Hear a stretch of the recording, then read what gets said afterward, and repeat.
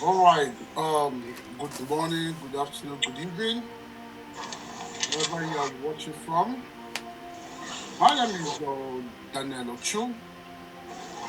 I'm a certified human rights consultant, and I'm here with tell us your name, please. Imabon, love it Sunday. Okay, beautiful. So we're going to give a Nabong Lovett Sunday just 30 minutes to summarize her story. You know, after summary of her story, then we'll go ahead with the case for further investigations, for what she's going to tell us.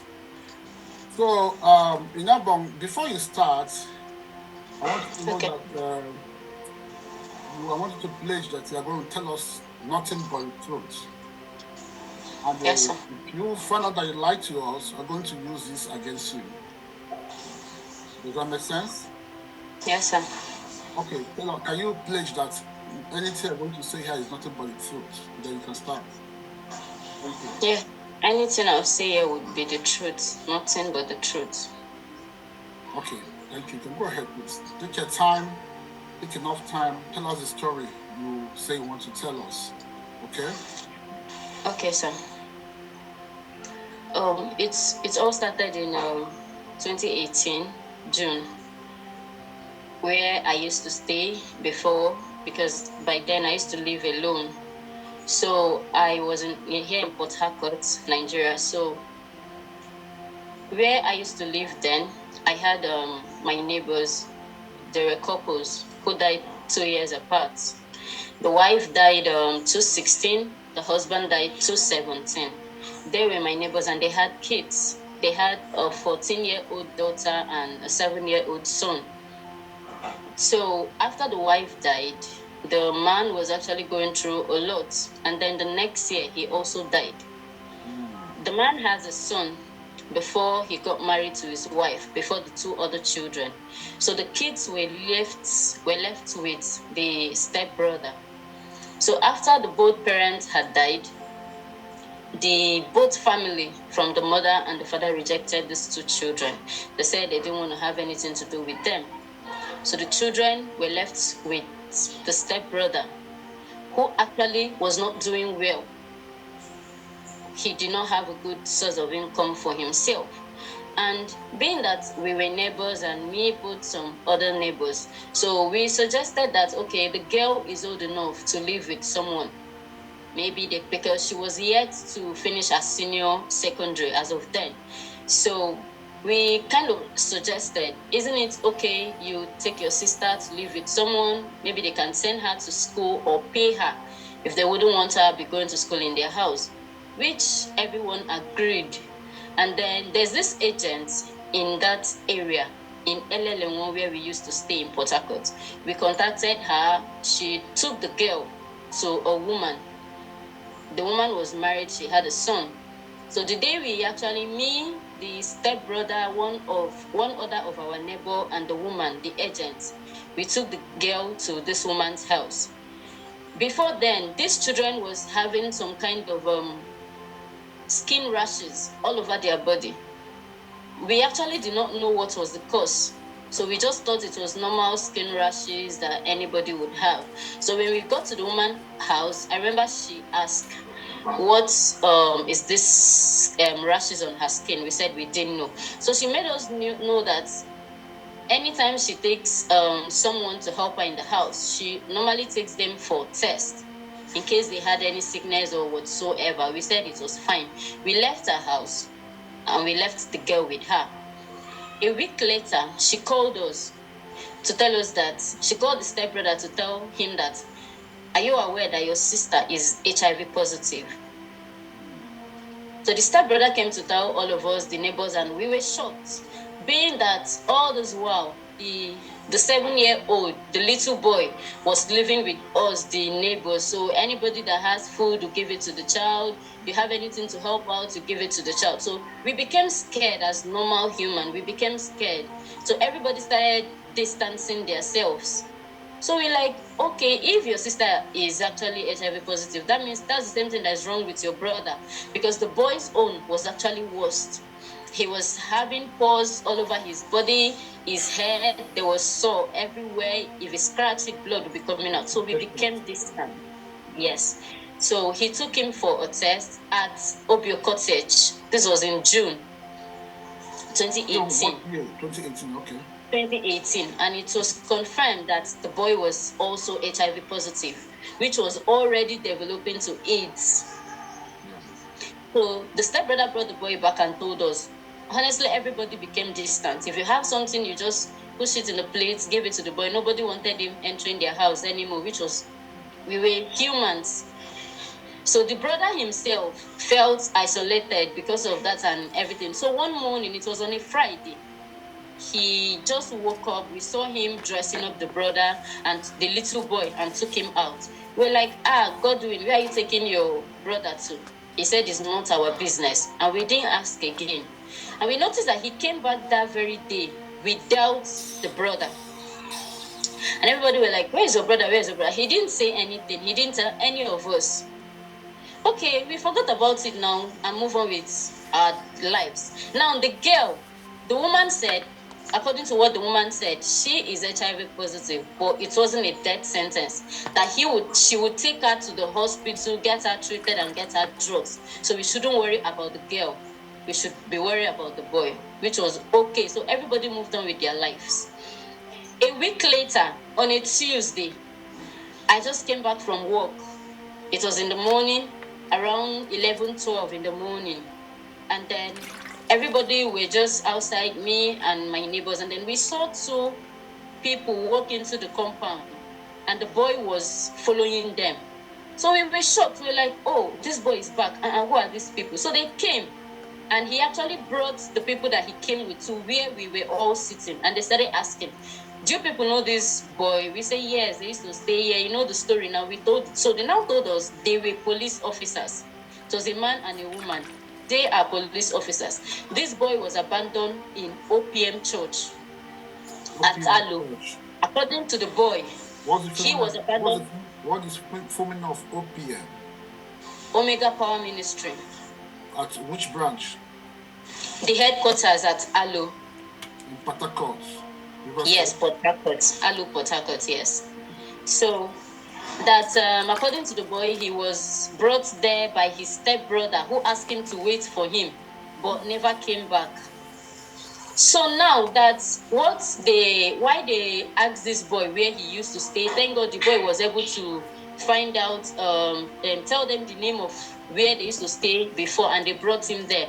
It's because they, as the police, that the church brought the boy to report the case at the police station, and that the church has been asking they take the boy to orphanage, which they have done, and the boy was rejected because of the way his body, physical body was, his skin and everything.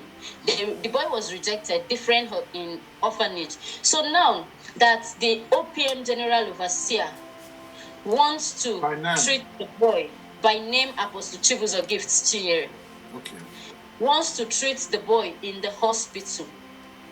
He wants to get the boy admitted and pay for his hospital bill in University Port Harcourt, UPTH, Port Harcourt, University of Teaching Hospital in Port Harcourt. But the hospital does not provide food for the patient. So they are here because they are looking for the brother he talked about, so he can be bringing food for the boy. We said, okay, no wonder that after the day he took this boy out and came back, we haven't set our eyes on him, and we don't know where he is. They waited, we brought out some contacts, we knew, started calling, his line wasn't going. So they said, anyway, since this is where the brother used to stay, that they have also been exposed to the sickness, because since the boy has been rejected in different orphanages, that the boy has been sleeping in the police station. So they will be leaving the boy there in the compound. So whenever the brother comes back, he should take care of him.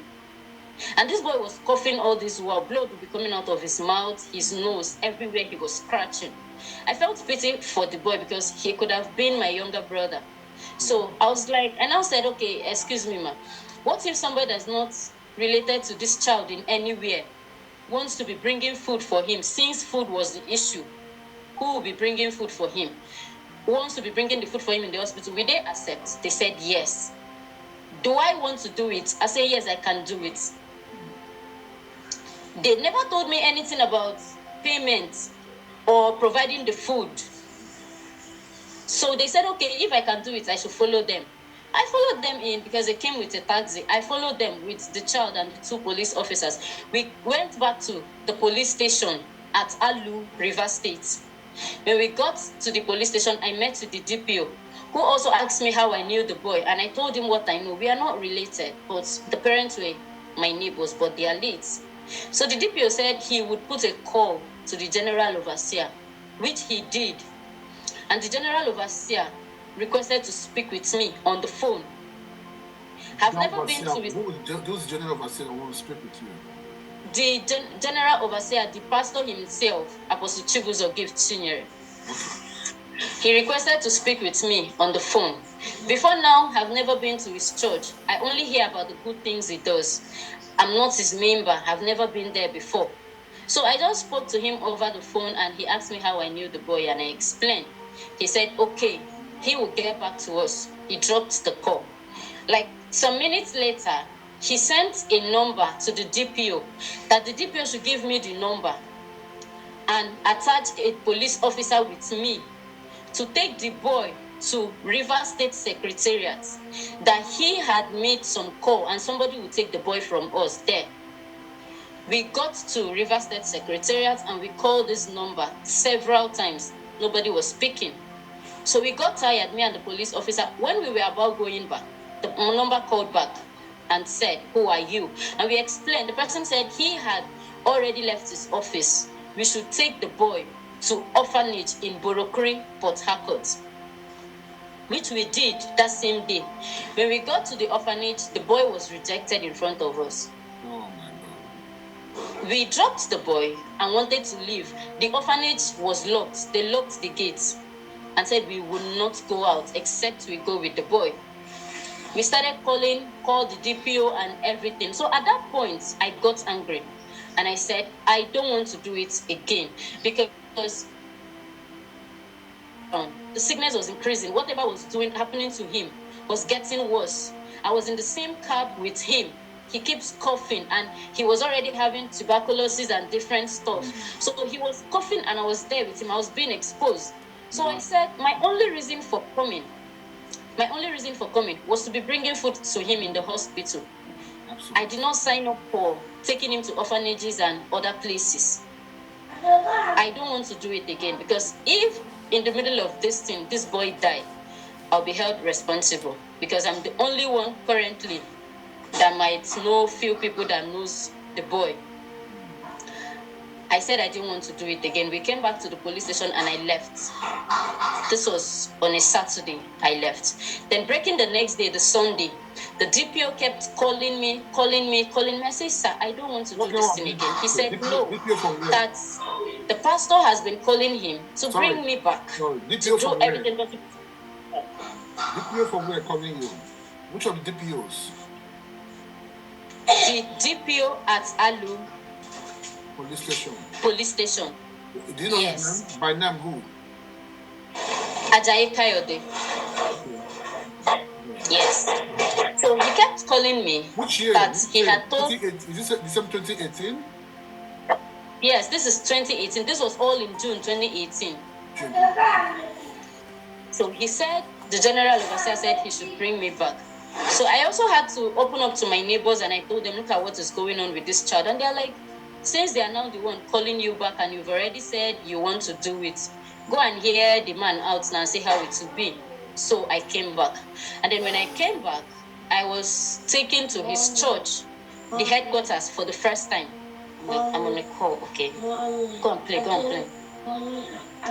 So I want to show his face. Sorry, don't show his face. So is the child right? Yes, don't show his face.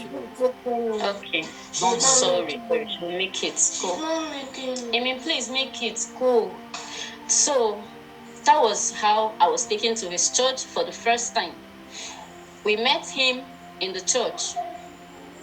And then he asked me, how do you know the boy? I said, this is how I know him. He said, okay, fine. What are you doing? I said, I'm working for somebody. Who is asking you? The pastor himself, Apostle Chibuzor. Okay. Apostle Chibuzor. So he said, okay, how much are you being paid? Like I said, then I was working Saturday, Sunday for a doctor in UPTH. I worked in her house. By name, who? I think I can't remember her name, but I know her address and everything. Okay. Yes. So you were working as what? I was working as I cook for her. I also clean her house. Okay. Yes. So I said, I'm doing this work Saturday, Sunday for this woman, and she pays me 12,000. Mondays to Fridays, I also do my business. I used to sell tea. There's this Chinese tea. I sell it for truck drivers at Slaughter in Port Harcourt. Okay, I told him this is what I do. He now said, okay, what if I said, that means where do you stay? I said, I stay in Elelewo. Now, Elelewo and where the hospital is very far apart. So he said, where you're staying is very far. Sorry, sir. My son. Did I stop that? Come on. Close my door. Lock it. Close my door. So he now said, what if I get you an accommodation close to the hospital and I'll be paying you 20,000? Will you be taking care of the child full time? Truth be told, at the same time, I was having accommodation problems. So him offering me an accommodation came as a miracle, which I appreciated and I accepted.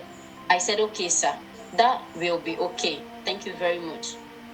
So now, that was, and then he now said, he will also be giving 20,000 for the child's upkeep and feeding. I said, okay, which he always did. So we left his office that day. The next day, the boy was taken to the hospital, though there were still some challenges that came up.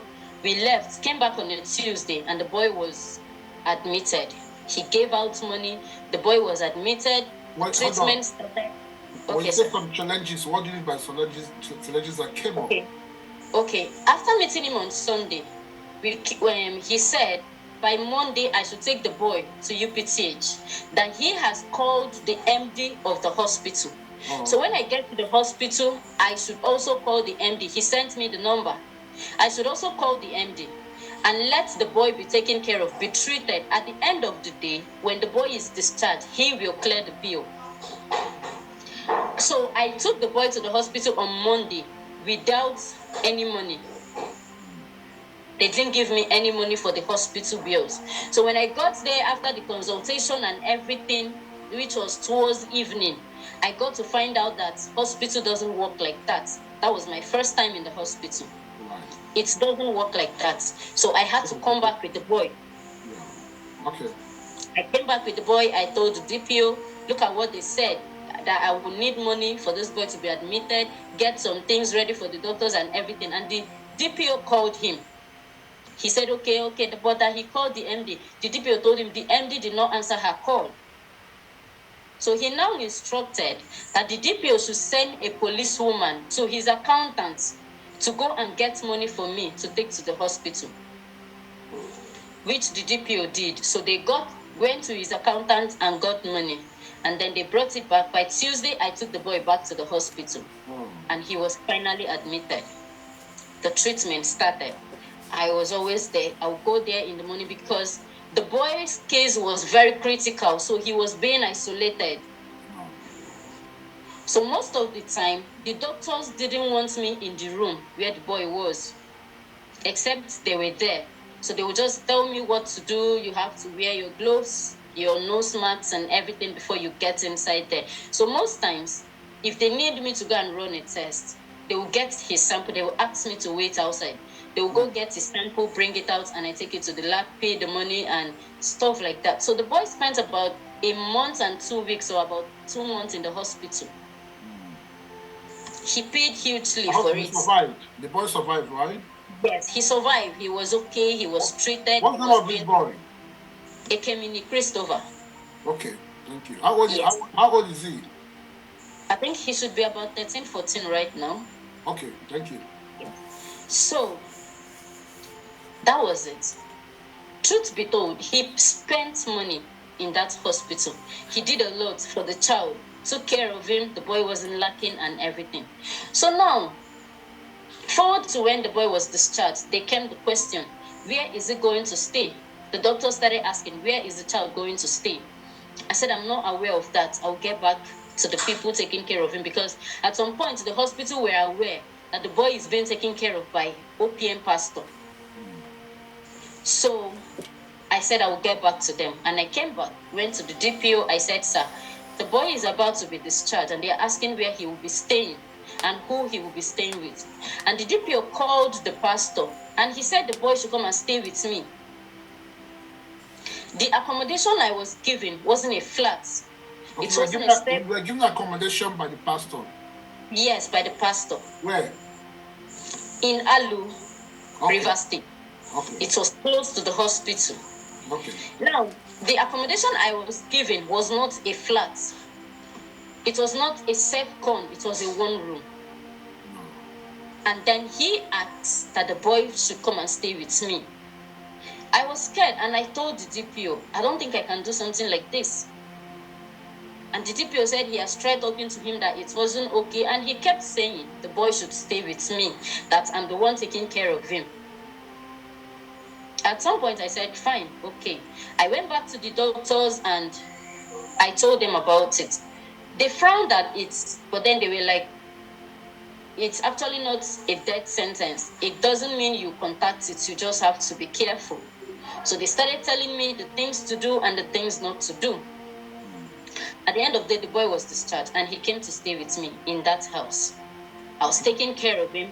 He was still paying me. He was sending money for the boy's upkeep and everything. Now, remember, the boy's sister is somewhere. So I thought about it. The person she is staying with might or might not be guaranteed. Tomorrow she might get angry and decide to throw the boy out. So I went to the DPO. I said, okay, sir, please, can you help me talk to the pastor if he can also take care of the boy's sister? So the DPO said that was a good idea. So the DPO reached out to him, which he accepted. Yes, dear. Tea and bread. What? Tell her I said, let her cook it for you. So he accepted that the boy should be brought, that the girl should be brought. I contacted the agent that took her there. I said, please, can you help me call that woman that I would like to take the girl back. I wouldn't want the girl staying with her again. Just as I was thinking, when the agent reached out to the woman, she got angry and everything, provoked the girl's retroviral drug. She took it away from her and said she got it with her money and everything. So the girl came out. I also told the DPO everything that happened. Apostle still gave money for the girl to be taken to the hospital. But she was not admitted because hers was not critical. Don't look. She'll do it. Stop. Amen. Please do it, please. Okay, go. Okay. So he gave money. The girl, we went to the hospital, got her drugs, did some tests and everything. The both of them were living with me in that house. We had neighbors. Everybody can always go and verify. I never treated them for one day badly. We lived like they were my younger ones. And throughout our stay for 1 year and in that compound till we left, nobody knew that they were HIV positive. Because they get to live with other children, play around and everything. So fast forward to when, everything happened in June, July, August. I think July was when the boy was discharged. August, September. I was in the house. The medical director of OPM then. By name who? Dr. Mrs. Ndibo. Is Ndibo. She works in OPM medical department.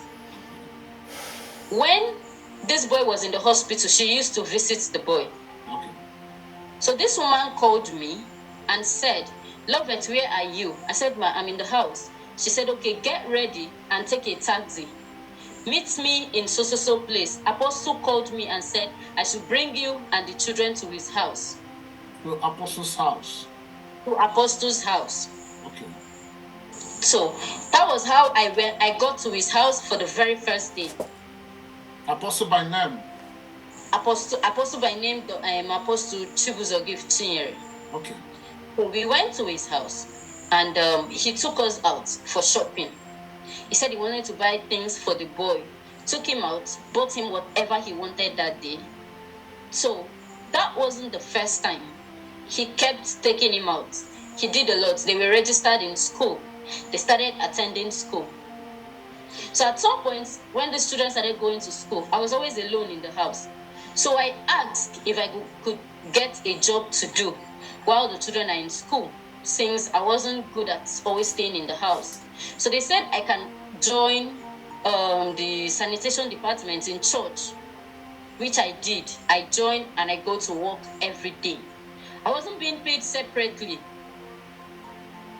It was still the same 20,000, so I was working there. So many times he would call, because at some point when we started going to his house, he would take us out, bring us back, and we'll go back to our own house. So at some point, he got my number. So there was a day. How did you get a number? He asked the DPO. I was in the house, my own house, the house we were staying. The DPO called me and said, Lovett, Daddy just called me now, which is Apostle Chibuzor, and said I should send him your number. I have sent it to him, so be expecting his call. He said he's going to call you. Okay. And at the same time, he called. Since I was expecting his call already, so when the call came, I knew it was him. But I did not have his number before now. So he called. I picked up the phone. Hello, Daddy. I was excited, at least the normal child feels. So he was like, where are you? I said, Daddy, I'm in the house. Because that's what everybody knows him as. We all call him Daddy. So he said, okay, get a taxi, bring the children. All of you should come to my house. I want to take all of you for shopping. There are other children in my house too.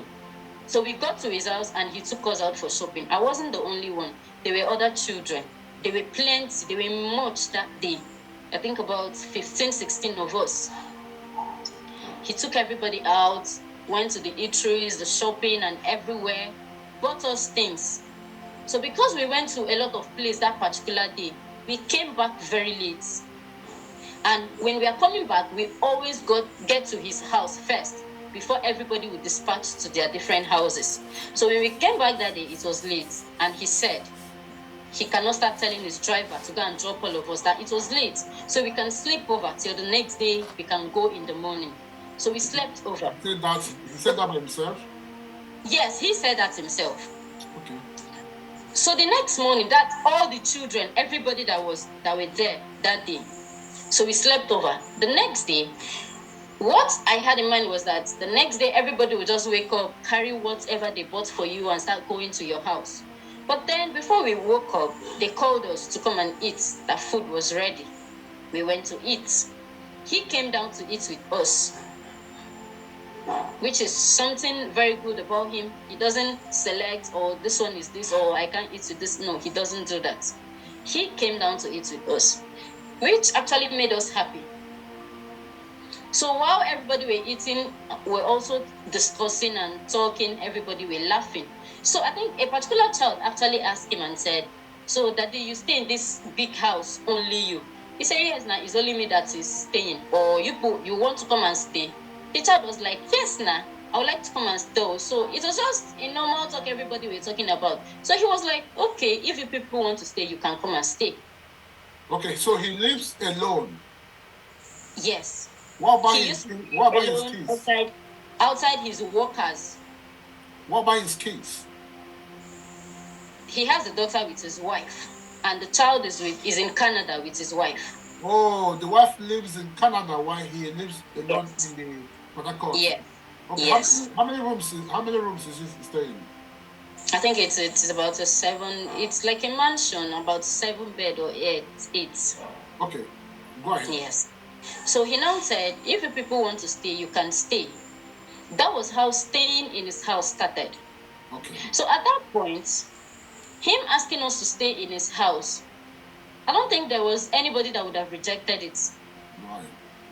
Because we all saw him, he was the father every child would have wanted to have. Every child would want to have him as a father. He was good. He would provide for you and you would not lack around him. So we all accepted.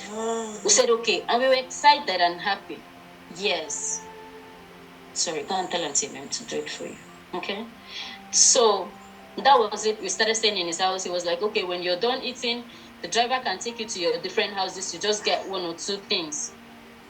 That was it. So we came back and started staying there. This was around October, November in 2018. 2018, okay. Yes. So we go to church with him, come back from church with him. You're living in his house. You cannot just carelessly walk out of the gates. He has to be aware you are living. The securities will always confirm from him before you're permitted to leave the gates. Okay. So we were always inside. If anybody wanted something, he will give someone money. You go with the driver to go buy it and come back. Okay. So that was it. And then while we were still there, there was a day I went to church and I met this guy by name Chinedu Nweke. So Chinedu, normally he's an usher in the church. So I've known him for a while after I started attending the church.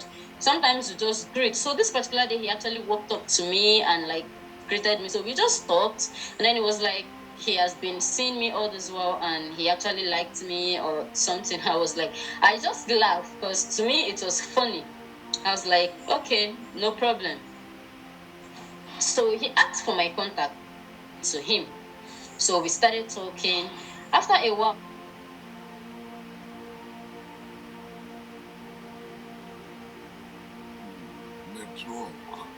he said he liked me and he would want to marry me. I told him that very day, no, please don't talk about marriage. I stay in daddy's house and daddy has already promised to send me to school. So if you're talking about marriage, you have to wait. Maybe when I'm back from school or whatever, then we can talk about marriage, not now. He now say, but that doesn't stop us from being friends. I said, okay, if it is friends you want, no problem. He said he can also support me while I'm in school. So I said, fine, we can just be friends. And that was it. So we talk, most times we talk on the phone. Then if I come to church, we just see, and that was it. So towards this December, the Christmas and everything, I was supposed to write my WAEC, which Apostle, the pastor, said, when the registration started, I should meet the church welfare to register me for WAEC, which I went to them, but I did not get any response. As at this time, Apostle was outside the country. It's not like I did not have his number to call him, but I had so much respect for him, so I never see myself calling him for whatever reason. So I was not able to call him, and I did not. But I went to welfare. They asked me to go to the school I want to register and bring the bill, which I did, but they never responded to me, and I let it be. After the Christmas, January, Apostle was back to Nigeria and asked that we come back. This was towards November, December that he traveled. He came back when? I think he came back that same December. Okay. Towards Christmas. Yes, towards Christmas. Okay. So when he came back, he called all of us. We can always come back to his house. So now, you see, during the period he traveled, I missed registering for WAEC and it was closed already. So the normal human being, I was just like, okay, if I couldn't get the school, because I know that missing to register for WAEC, that means to take it another 1 year before you can get it. And even if you're applying for school outside the country, you cannot do it without WAEC. Okay, so I was like, People still get married and still go to school. Okay, since I missed the WAEC, okay, maybe I can just tell this guy, if he's actually serious, he can go ahead with the marriage. So after the Christmas, I told this to the guy.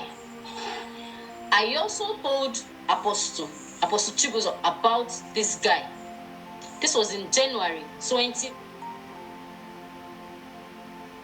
Network. Network issue. Let's wait for her to reconnect. 19. Sorry, the call came into my phone, so I dropped it. Okay. 2019 January. Yes, this was in January 2019. I told Apostle about this guy. He said, wow, that was good. Bring him, let me pray for both of you. I took him to his office. It was on a Sunday in the church. And he prayed for us. He asked him some questions, which the guy answered, and that was it. So this guy had followed me to my place, back home, to see my dad. Nothing was paid, nothing was done, but he actually... Sorry? So I want to understand, is he a biological dad? No, he's my grandfather. Okay, but because he told me you're not fan, right? Yes, okay. He's my grandfather. He's the one that raised me ever since I was small. Okay. So I see him as my father, yes. What year did your parents die? My mom died 2016, January. Okay. Yes. How old were you then? I think 2016, I should have been about 18 or so. Yeah. Okay, go ahead. Yes. So, he met my dad, collected list, he didn't pay anything. We came back to Port Harcourt, which Apostle was aware. This was in January. So, and meanwhile, throughout this January, I was still living in Apostle's house with other children. We were living there. So, while this guy was busy thinking about the marriage with his people, I was in Apostle's house. We're doing our thing, living our life, everything was okay, there was no issues.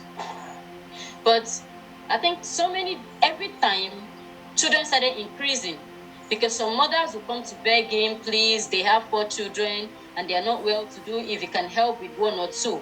And he doesn't know how to reject.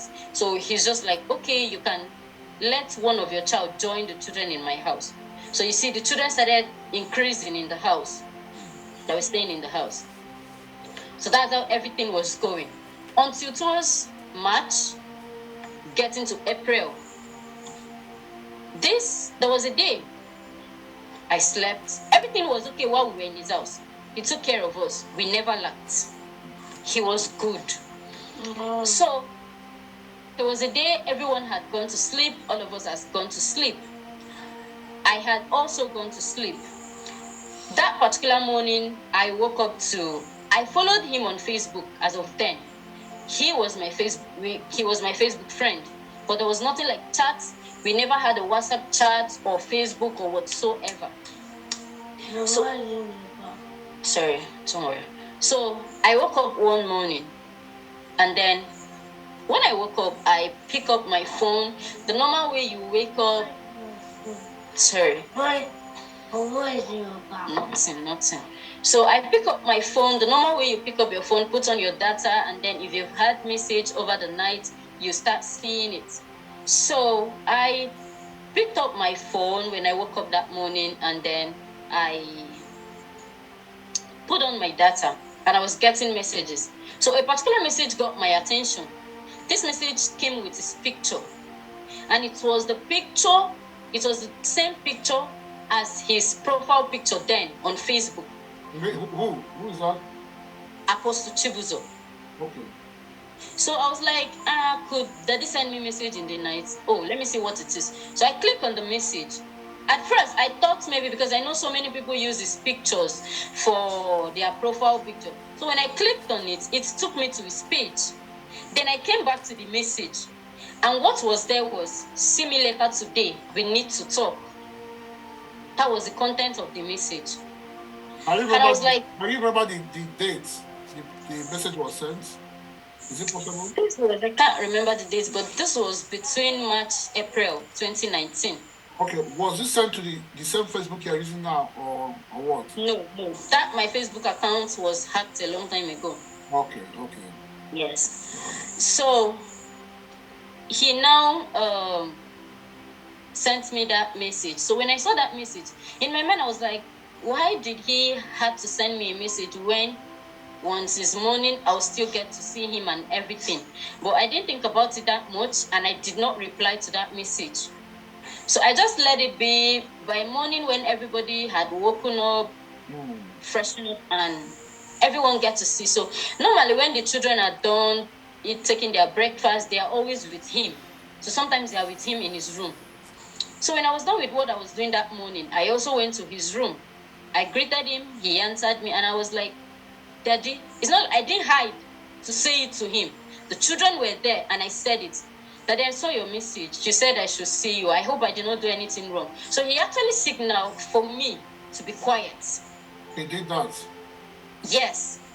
And inside me, I wasn't a child. So I felt somehow about that. But I still did not want to think much because of who he is. And then he now asked the children, who wants to swim? Everybody were like, me, I want to swim. So he now said, okay, all of you can go and swim. There's a swimming pool in his house. Yes, there's a swimming pool in his house. So I had to join the children. I say, me too, I want to swim. Or I joined the children to leave. And he was like, everybody except Lovett. That's you? Yes. Sorry. Amen. Go, try to give you biscuits. Okay, she'll give it to you. Okay. So he was like, everybody except Lovett. And I stayed back. At some point, I felt scared. And then the children left. He asked me to sit. At this point, it was just me and him in his room. I felt somehow, and I asked him, Daddy, this one is only me and you. I hope nothing is wrong, or did I do anything wrong? He was like, no, don't be scared. So he asked me to sit, and I did. He asked me to switch off my phone. I was still feeling somehow because I wasn't understanding. Like, before that day, there has never been any sign whatsoever that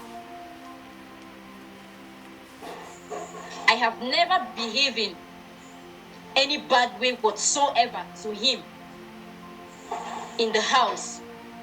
So, to me, I felt somehow, but then I had to sit. And then he was just looking at me. I was like, Daddy, why are you looking at me? Is there a problem? Did I do anything wrong? He said no, that he wanted to talk to me. I said, okay. He now started talking. He was saying different things in parable, saying different things. I now said, because the way more he was talking, I was feeling scared. I was not scared, not like maybe I haven't heard those words before. I was scared because it was coming from him. From words like what? Can you just example? Okay. He said, the first thing he said was that he wants to talk to me, but that he wants to make an instance. That let us say that I always eat banana. Whenever I am done eating, I always eat. They will give me banana to eat. So after a while, they stopped giving me this banana.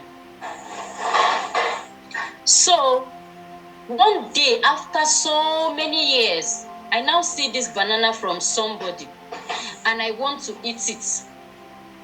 But I cannot buy this banana. But I really want this banana. That's, if I find myself in such situation, that what will I do? Who is saying this thing?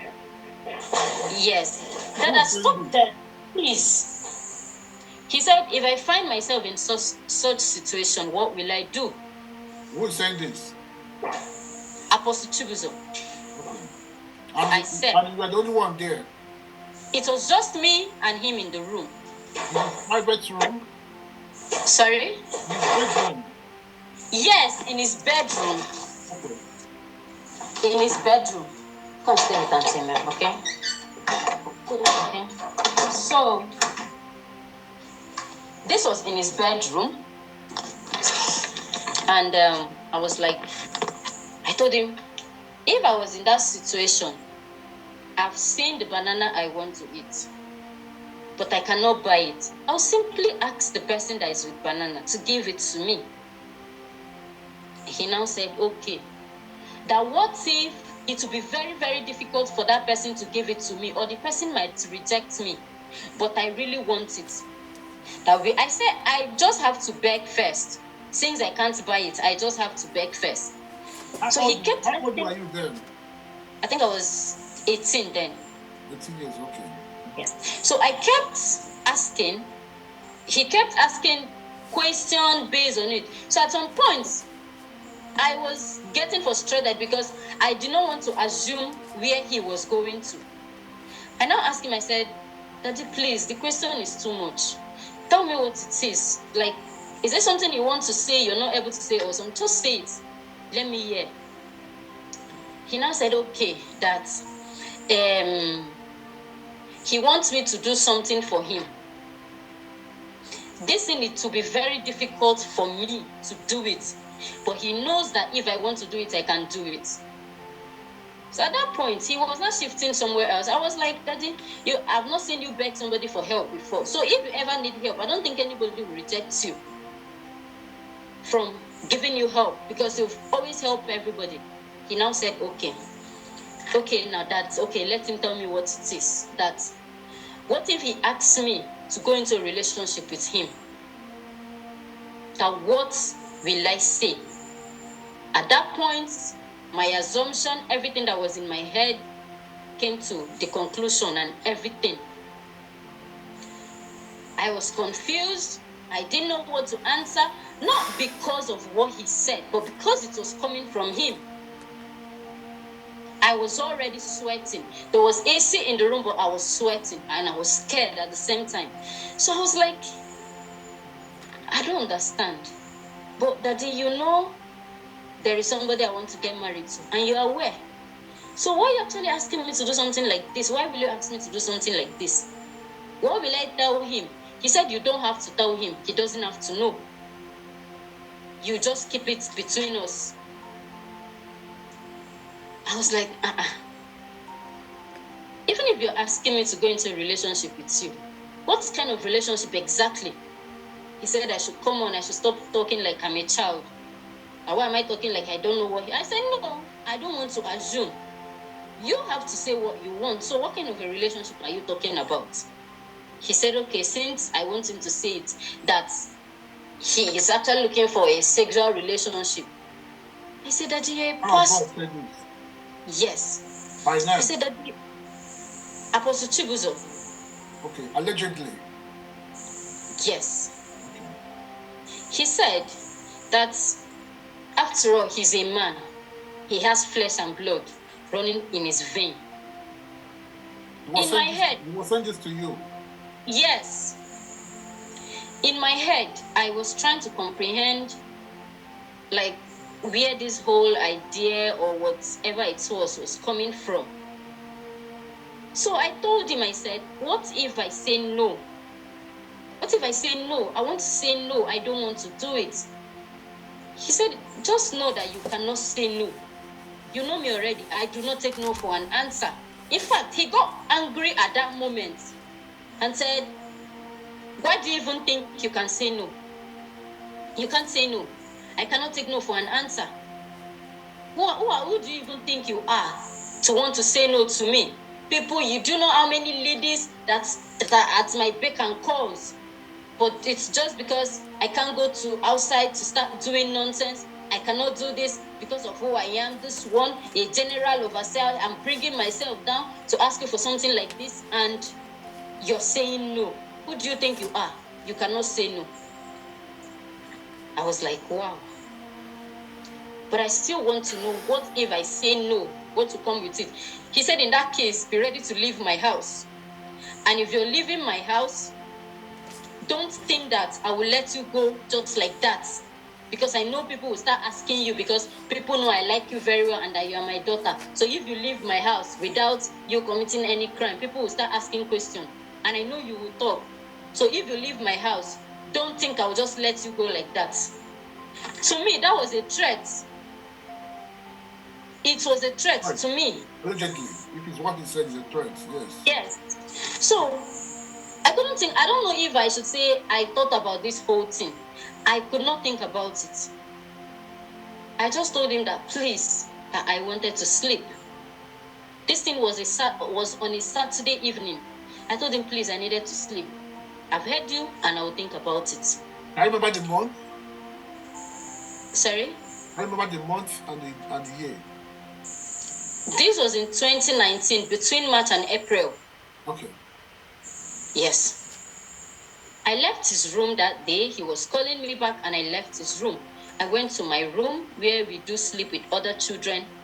I couldn't think. I don't know, I did not know what to do at that point and I was confused.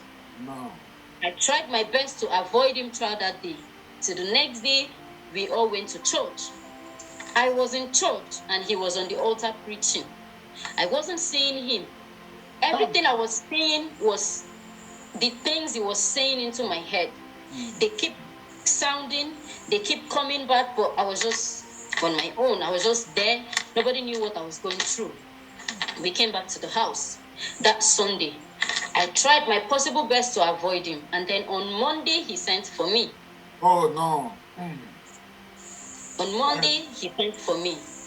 That the children came, Daddy, Auntie Lovett, Daddy's calling you.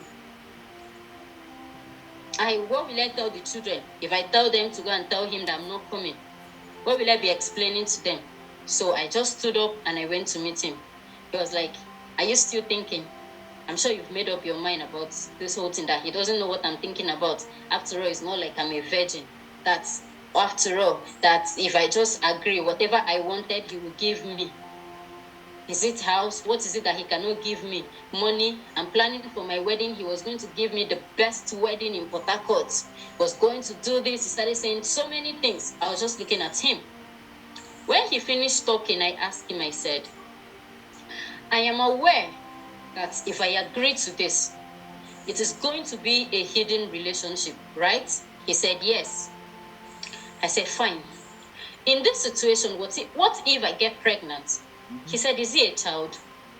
That he won't let me get pregnant. I said, it's not about being a child. Pregnancy can happen. So if you're saying you won't let me, it's the same thing that you have to use protection, whatever will happen, if at all anything will happen. He said, but how do I expect him to go and get protection? What will he tell people he wants to use it for? Imagine if him going outside. I said, if that is the case, I will buy it for you. I asked him for money. He gave me 10,000 naira cash that day. And then I went out. I went to everyday supermarkets and I bought him a pack of Durex. Yes. Durex, that's came back to the house. Yes, came back to the house, gave it to him. He was just looking at me and I left. So the next day, he was actually still asking. I have thought about the whole thing because honestly, it's not like I haven't been in a relationship. But someone like him, who he is, the threats, the fear, I was not aware if he had a dirty lifestyle I did not know before now. So I did not know what to be scared of. I didn't know, my head was full. So when people are asking, did he rape you? So it wasn't a rape. So when I thought about this whole thing, I said, okay. I told him, fine, if this is what you want, no problem. But on one condition, I don't ever want to get pregnant. He said he has heard me. I should stop preaching. That do I even see him like someone who will not be able to take care of his child? If anybody get pregnant for him? I said, okay, thank God you're the one saying this. So the relationship started. It wasn't once, it wasn't twice. He kept demanding for sex. So he had his way.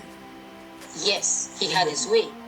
And at each single time, he refuses to use the protection.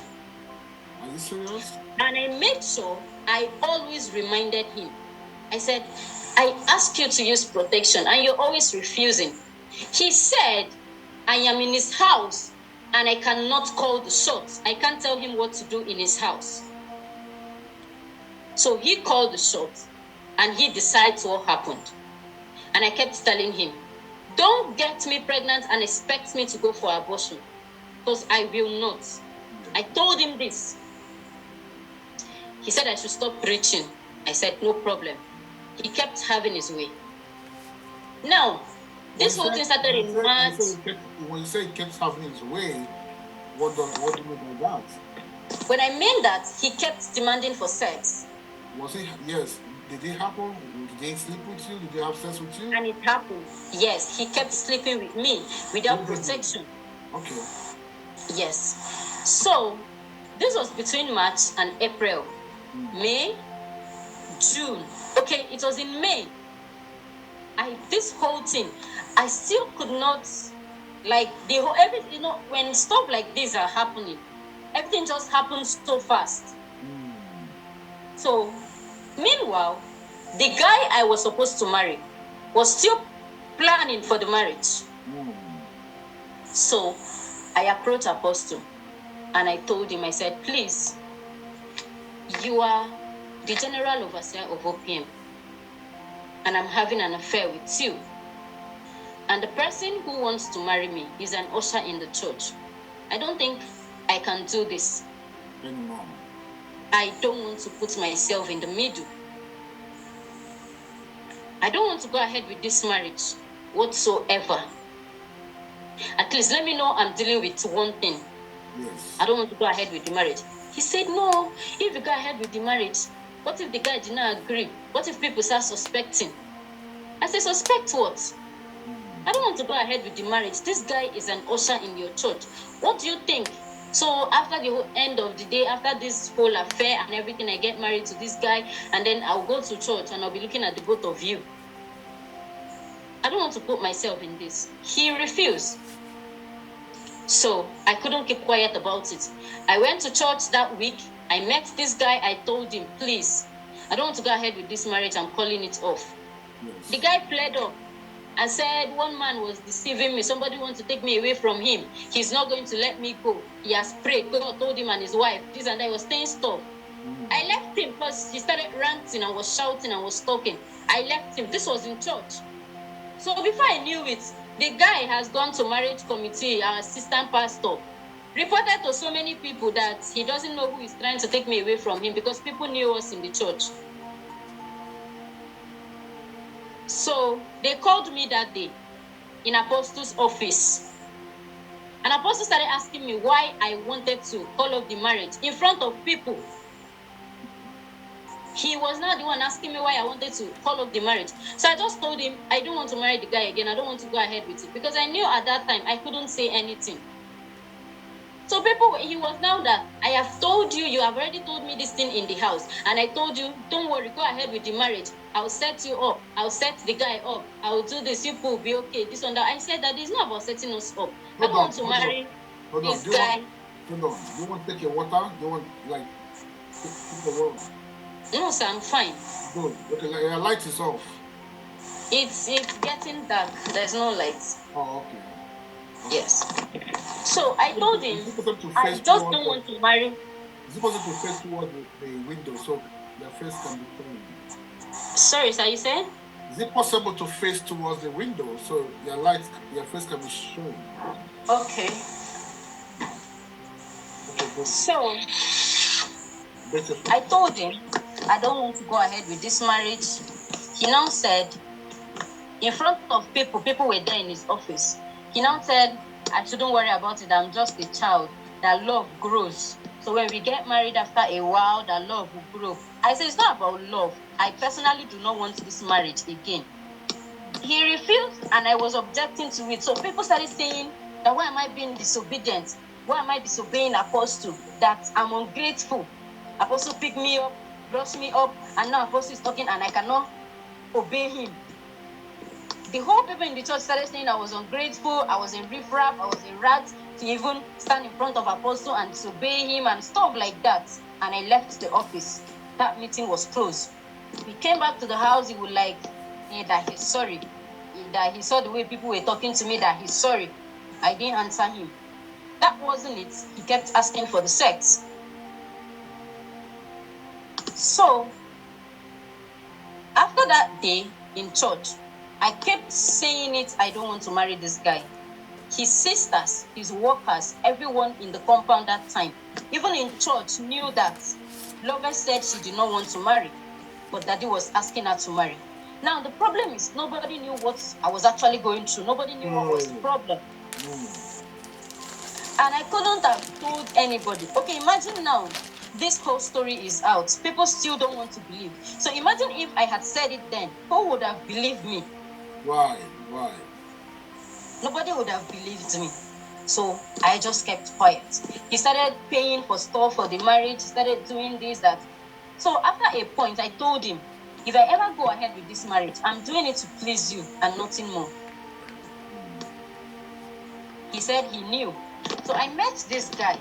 After I had told this guy severally, I don't want this marriage. So I called this guy. I said, please, can you come to Apostle's house? I want to see you. The guy came to his house. And I told him, I said, I don't want to marry you. Please. I might not be able to tell you the problem or what the issue is. But if you can help me and forget about this whole marriage of a thing, maybe later in the future, I will tell you what the problem is. But not right away. Were you pregnant there that time? You were telling him? No, as of this time, this was around May, June. I was not pregnant. Okay. So this guy still refused. So at that point, I got angry and I told him, if I go ahead with this marriage, it is not because I love you. It's not because I want to marry you. I'm going ahead with this marriage because I'm just trying to please Apostle. I said this to the guy. He was just shaking his head. And then I still went ahead to tell him that even after this marriage, whatever you see in this marriage, you'll take it. He said, yes, he will take it. I said, fine. Say you want marriage. Oh yeah, let us go. And that was it. I never said anything. I know so many people, his sisters tried to talk to him, tried to talk to Apostle to cancel the marriage. He refused. So the marriage was fixed 20th July. The wedding was fixed 20th July 2019. He paid for everything. Who paid? He did. Even while the wedding preparation was still going on, he was still demanding for sex. The apostle or their husband?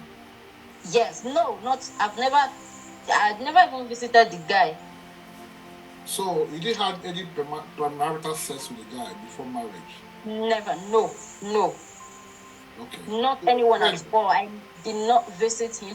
The only time I visited him was when we were planning for this marriage and his mother came around. Okay. So he called that his mother was around.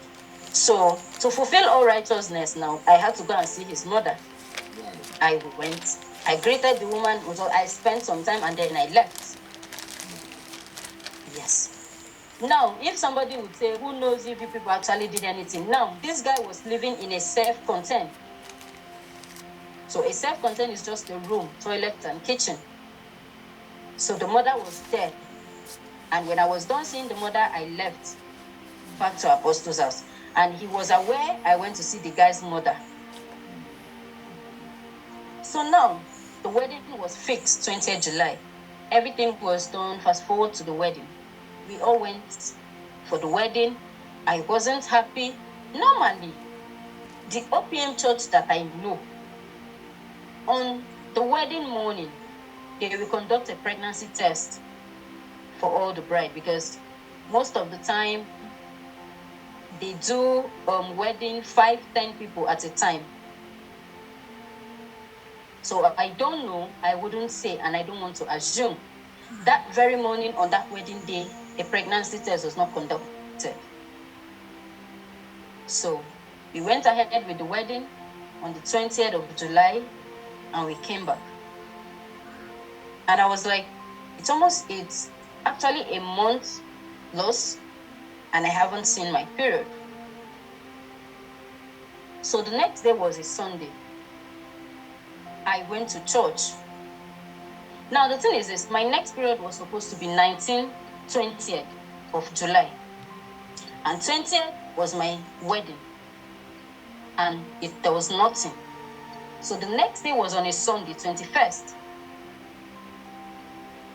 I went to church, 1 p.m., nothing. So I actually knew something is actually wrong. So I went to the church medical department.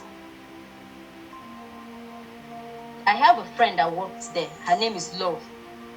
Love who? Yes. Love who? I asked her, please, if people have a test strip, she said Love. yes. Love. I said, okay, can you give me one? She did. Hold on, what's her full name? Love Godwin Ihotu. Okay. What is her position in Yes. She was a nurse there. She was a nurse in the medical department there. Yes. So I got the test strip and I went to do the pregnancy test. Now the wedding was yesterday, Saturday. The next day was the Sunday, which I did this test, and it was in the church, and it came out positive. And I was shocked because I know I never had anything to do with that guy until the wedding night. Did they give you a result of the test? The test was a urine pregnancy test. Yeah, did they give you a result like after the test? No, I said I did it myself. Okay, I see. Yes, it was a test strip. It was a test strip I did myself.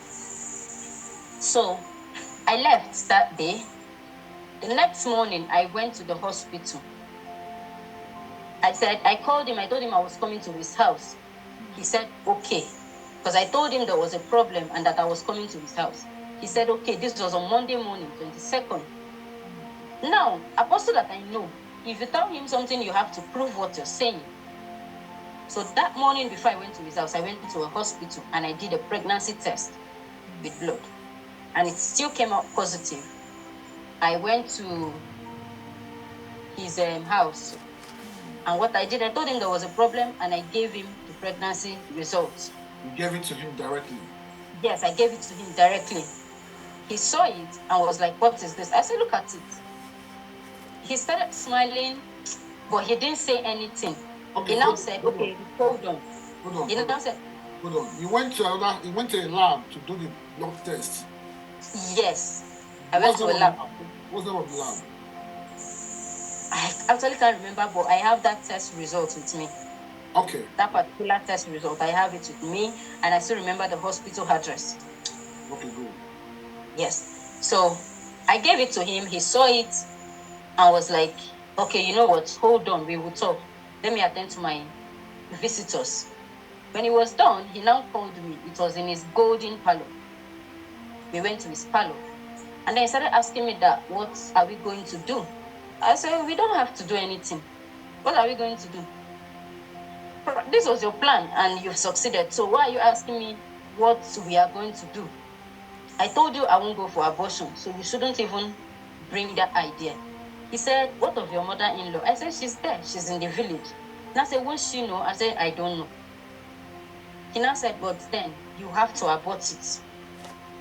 I said, I will not. He said that to you that you should abort it? Yes, he said I should abort it.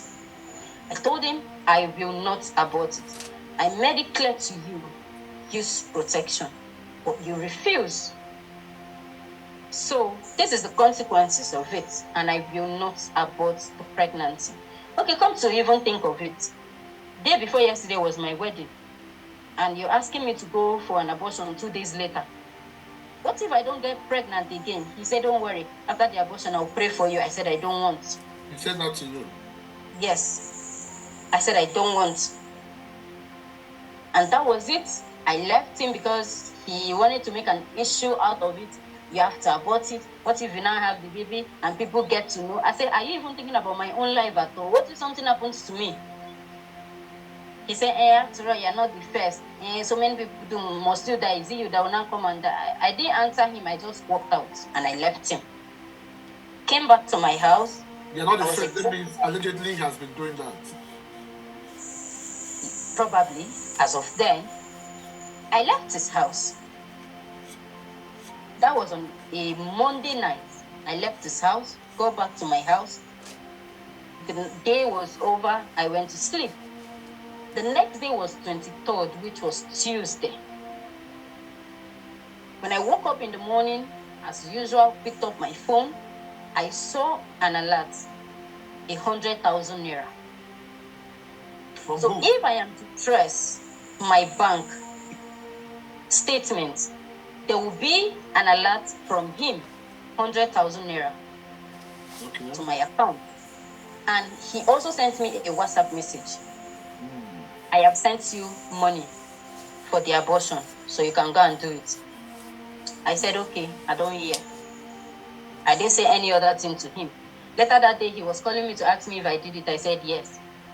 I didn't want to talk to him. I just left. So, and that was it. A week passed, 2 weeks passed. So sometimes I was just thinking, I was like, what's the point of keeping the pregnancy away from him? He has to know. He has to be there. He has to get involved. Right. So I reached out to him and I told him I wanted to tell you something. He said, let him guess. I said, okay. He said, you did not have the abortion. I said, fine, you know, I did not do it. And I said, okay, thank God. Since I sent you that money, I've not been at peace. I've not done this. I've not done that. What if it's a baby boy? I was just thinking, have you gone for antenatal? I said, no. He said, okay, I'll send you money. You have to do it. And I started antenatal. He was supportive and all. After the marriage, I left his house. And he continued the sex with someone else.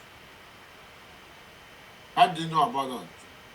Fine. We were all in the house, and he had already started having sex with other girls before I left the house. So we all know about this. How did you know? Can you prove to me how you got to know? We talk to ourselves. We all know ourselves, and we talk to ourselves. What's the name of the person? There was Joy Joshua. There was Favor. And they lived there? There were other people. Yes. It wasn't one. Yes. So I started attending antenatal and everything. He was supportive. Everything was going on well. And I was with my husband. So there was a day I was having problem. I think I was having abdominal pain. And I actually passed out in the house. My husband took me to the hospital. So it was the doctor in the hospital that confirmed to my husband that I was 7 weeks pregnant. Before now, he wasn't aware I was pregnant. The doctor confirmed in the hospital to my husband I was 7 weeks pregnant. My husband was like, doctor, we just married 2-3 weeks ago. Which one are you saying 7 weeks? And I've not touched her except for the... Hold on. If this off, if you cut, I'll call again, send you a link, but continue, okay? Okay, sir. So that was it. After that day, my husband found out I was pregnant. He came back to the house and called the medical woman I said used to visit that boy in hospital and complained to her. Now, this woman did not know what was going on. The woman now called Apostle that, see what Lovette's husband is saying. That she doesn't know what is wrong with all these girls that she had gotten pregnant before the wedding or this one. Apostle now said, don't worry, I will settle the both of them. Don't worry, I will settle the both of them.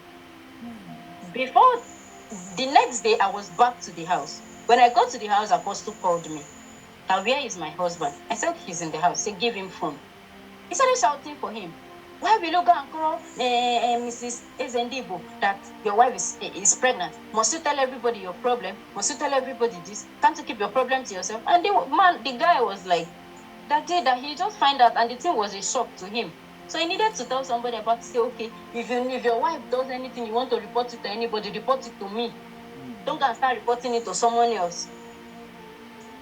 This guy respects him so much and would never, ever think that he was actually behind it.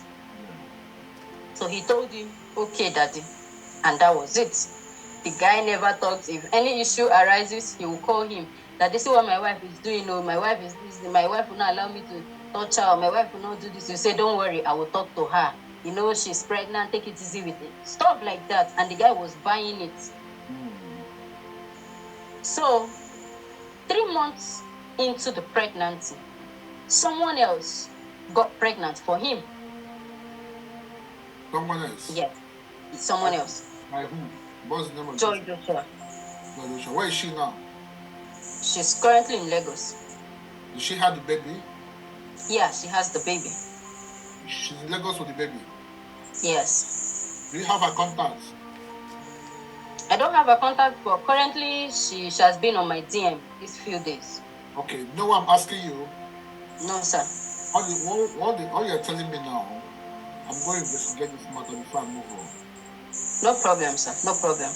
You understand? Because this is the outside of the story you're telling me, right? Yes. Yes. Yes.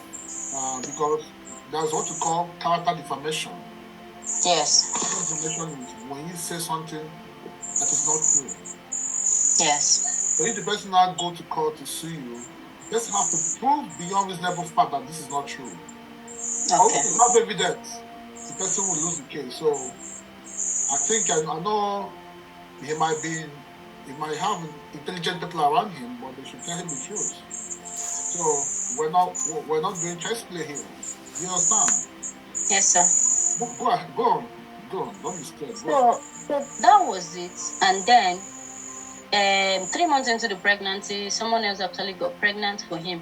And there he came and started telling me that someone told him that I was having an affair with my ex-boyfriend when I was in his house. So that the pregnancy is not his own, that he is not responsible.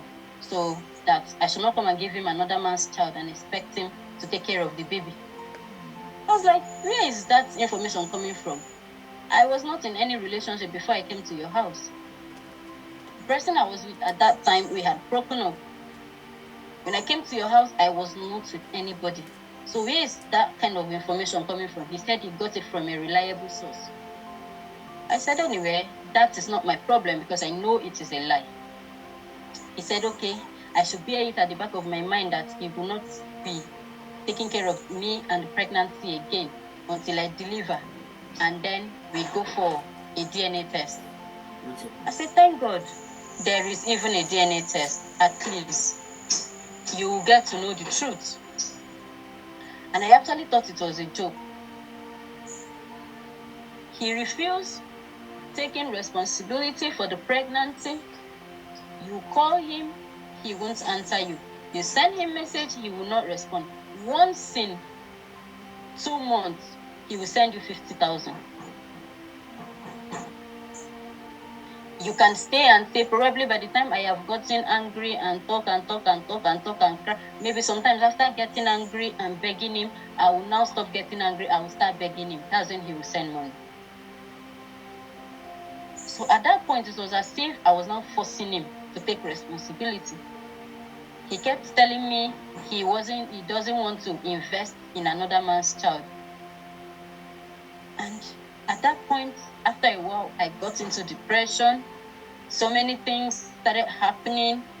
Throughout the pregnancy, I was always alone. I couldn't tell anybody. Every single time I told him, if you continue with this, I'll be forced to tell somebody about it. He said, if you tell anybody about this thing, he will threaten me. You don't know you're dealing with something that will consume you and your whole family. He will do this, he will do that.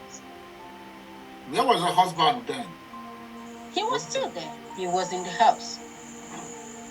But I never told him anything. Are you still with your husband now? No. We've not been together for 2 years and some months now. Where did he live? He sent him to Dubai. Because at some point, I threatened him. I said, if you don't take care of this child, I will tell Chinedu the truth and I will tell my family the truth. So he didn't want me telling Chinedu because I told him even after the marriage, I kept telling him I don't want this marriage. I don't want to stay. Chinedu Nweke. Okay. You still have his contact? Yes, I have his contact. Okay. Yes. So after everything, this thing was going on. the pregnancy, the depression, everything I just went through. Even when I was 7 months pregnant, I reached out to him. I needed to go buy things for the pregnancy. He should give me money. He said, how much is the money? I told him 400,000. He said, for what? That what if it was a palm wine tapper that got me pregnant? That will I go and ask them to give me 400,000? That the only money he can give me is 100,000, and if I'm not taking it, I should leave it. And I did not take any money from him. While I was in his house, I had a lot of money. So that is the money that has been keeping me.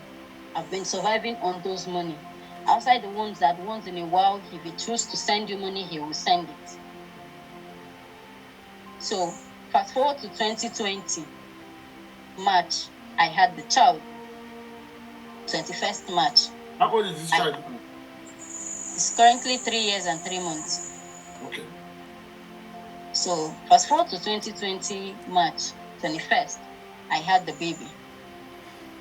He requested for a picture. I sent him a picture, and he was like, oh, okay, I'm sending you 100,000 now. Go and buy AC. Put inside the room where the baby will be sleeping. I don't want him to sweat till I do DNA test. Do you still have the account number he's using to send his money? I have, yes, it's still the same account. On the 21st of March 2020 in the evening. So if we go for a settlement of account, we're going to see this. Yes, you will see it. 100,000 on 21st of March. Okay. Yes. So. But the same phone, it's not the same phone. Is this the same phone you're using right now? No, it's not the same phone I'm using right now. Okay. Yes. So after that day, I still did not answer him. I went to the house. Even after the baby was born, he was actually his very carbon copy. He still refused to take responsibility. The lockdown came. It was during that lockdown, you did not get to go out. That was the first time he willingly, after he denied the pregnancy, he willingly sent me money. So probably, let me say, he felt pity for the child and all. So he willingly sent me money. I think he sent about 150,000 in the space of 1 month. He kept sending money. After the lockdown, he went back to his normal way. So sometimes you call him, cry, you need money for this, you need money for that. It will take you like 5-6 days to be requesting for one thing before he will now agree to send. You can call him, okay, please, I need to take this baby to the hospital. I need money. He will say, take the baby to the hospital first. When they finish, I will pay. Which hospital will attend to you without money first? At the end of the day, I remember so many of his members, I will go to them, I will beg them, they should help me and talk to him. He will refuse. Some of them will say, no, they don't want to get involved. But they are aware that what happened. They are aware, they know the truth. They are aware. So many of them will tell me they don't want to get involved, they don't want to do this. So many things like that. So, that being said, this thing kept happening. 2021, he sent Chinedu outside. He kept telling me he would do a DNA test. The baby was 1 year, no DNA test. 2 years, no DNA test. He kept promising, nothing came up. We were still beating around the bush. Today, at some point, I told him, you have to do this DNA test. If not, I will tell people about it. He said nobody can force him to do a DNA test. That he can only do it when his spirit tells him to do it. That nobody can force him to do a DNA test. So at that point, I knew probably he needed more people to talk to him. Now, the DPO that handled this case in Alu police station, I went to this DPO. I complained to him. So he's aware? The DPO yes, he's aware. Okay. The DPO confronted him. He accepted that the child is his own, but that his problem is that I am asking him to marry me. I said, marry you, okay? Marry who? Me. That have you everybody ever said so? Sorry, sir. Have you ever said he should marry you? Never, ever. I have never. Why will I tell him to marry me when everybody already knows I was married as of that time? Why? Yes. And the DPO said he told him that, but The only thing I said is that I want him to take responsibility. If he's doubting paternity, he should go for a DNA test. That he doesn't Yes. think it will take him anything to do this thing. So why is he making it an issue? He kept saying, okay, he will do it, he will do it. The DPO now asked him, I would like to bring this girl to your house and I'll come with her. Let her use her mouth and tell you what her problem is. Me and the DPO went to his house. You are Got to DP his with house. the ground. Yes, we went to his house. We got to his house, we got to his parlor, and we were in a meeting. If I want to talk what has been happening, he will start telling me I am being ungrateful, that I should see those children he sent to Turkey, he sent to Cyprus, he did this, he do this one. I said, that is not why we are here. That is not why we are here. I'm talking about your child and you're talking about people you sent outside. How does these two issues relate? He said, you see why I'm saying she's ungrateful? You see why I'm saying she's ungrateful? So we couldn't understand. At some point, he was talking, I talked back at him, and the DPO was like, don't talk back at him. Allow him to talk. So I kept quiet. He kept saying I was ungrateful, I was this is the reason why he doesn't want to take care of the boy, he doesn't want to do this. After all, I'm married. Now why can't I just let my husband take responsibility? I said, who does that? Someone else fathered a child and someone else take. As at this time, my husband was already in Dubai. Oh, okay. And we're still not aware of the truth. So, the DPO now, I now told him, what you're talking about is not why we are here. The DPO now said, this girl wants to start a business so she can move on with her life. Maybe you fix some amount of money for the boy's upkeep. Give her money to start business so that she can go and live her life. You now say, so that what kind of business do I want? I said, I would love to set up a unisex salon, both male and female. He said, okay, I should make a list and go and give the welfare department. The DPO said, how does welfare come into this matter? This is you and her. Whatever you want to do, keep it between you and her. Welfare coming inside tomorrow, sir, you will say she went to report you. So keep it between you and her. He said, okay, in that case, unisex salon, how much is it? 500,000. I said, 500,000 for a unisex salon. Is it for the equipment? Is it for the shop? Or which one? He said, please, please, please, he cannot do more than that. He cannot do, in fact, he has visitors. Before we know it, he called his PA to call the other visitors that were waiting for him. And we were discharged like that. And we left. We left his house. The DPO said he will get to the end of that matter. He kept calling him. At some point, he said, if I cannot take 500,000, he will give 800. I said, I am not taking. I am telling you to set up a standard business for me, so I can focus on my life and forget about this whole child or no child. If tomorrow I have financial need for this child, and you're not available, I can as well from the business take care of the child without having to call you. I am tired. It's been 3 years. I just want to move on and live my life.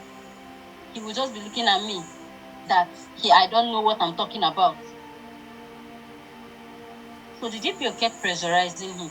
He now said, so at some point, I told the DPO, sir, I will take this thing to public.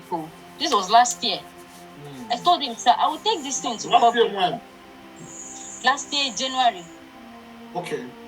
Yes. Yeah. Sorry, viewers, we're not seeing her face very well because it's already late. She did it while I'm in the stage. Go ahead. So I told him, sir, I will take this thing to the media because I am tired of trying to talk to this man all by myself. He did not say anything. He was just like, when he heard media, he was scared. He now said, okay, tell her, I'll give her 1 million. The DPO said, it is still too small. Exactly. So we kept talking and talking and talking. At the end of the day, DPO said, okay, if you can just make it 2 million, let us see what she can do out of the money. He said, okay, 2 million, 2 million. Outside that 2 million naira, nothing again. If he's giving me the 2 million naira, I should be paying the baby school fees from there. I should be feeding the child from there. In fact, I should take care of the child from the 2 million. The DPO says, sir, what do you mean? 2 million naira to take care of a child and start up a standard business. The DPO is interceding between Yes. on the Yes. okay. Yes. The DPO was always calling him and talking to him. He will say, in fact, that is what he can give me last. I should go and take care of the child with the money. I said, if you're giving me 2 million naira to set up a standard unisex salon, at the same time, pay the child school fees, feed him from there. I myself, I have needs. So will I still be doing that from the money? And at the end of the year, I will still be paying the shop rent? He said, okay, in that case, he will be paying the shop rent. In that case, he will be paying the shop rent. The DPO can testify to this. To some point, the truth is that I wanted to walk away. I wanted to go and live my life because the drama was too much. No. I was in a middle, everything was always happening. Sometimes I can send him a message, he will read it and finish, he will not answer you. You keep repeating the same message for 3-4 days before he will say anything. So I said, fine, 2 million, so long as you'll be paying rent now yearly, let me just see what I can do out of it, move on with my life, get 1 or 2 skills. Anyhow it is, I'll start up from there. So he asked me to call his agent to go and rent the shop. He called his agent, gave the agent money to go and rent a shop, and the shop was rented. The shop we got, based on what I wanted to start, if you're doing a unisex salon in the Nigerian kind of setup, you need to use one part for where they braid women's hair, one side for where they barb men's hair, pedicure, stuff like that. So I wanted to include everything. So I needed at least a bit bigger space. Yes. So I told his agent, who also looked for a place that was at least close to something I was looking for. And then the landlord said he can only take a year and 6 months. Out of the 2 million, and what he paid for was a year. Out of the 2 million naira, I needed to add 250,000 to the 500,000 naira he get for the shop to pay for a year and 6 months. So I started buying equipment. Equipment are expensive. Some stuff can be 200, 180. I got stuff. I set up the shop. His agent saw the shop I set up. Now, this thing I'm telling you, now, this 2 million naira did not come at once. The 2 million naira came 2 times, 3 months apart. It did not come directly to my account. It went through the DPO's account. So he can testify to this. Okay. The shop was rented in February. Which year? Yes, March, April was when he brought the first 1 million. Which year? Meanwhile, was it last year? Yes, last year, 2022. The shop was rented in February.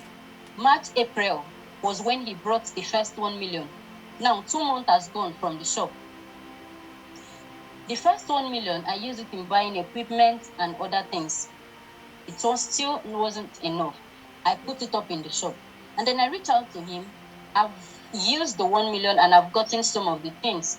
Please, the remaining 1 million. He said, okay, hold on, I'll give you. The first 1 million came in April. May, June was when the second 1 million naira came. The DPO can testify to this.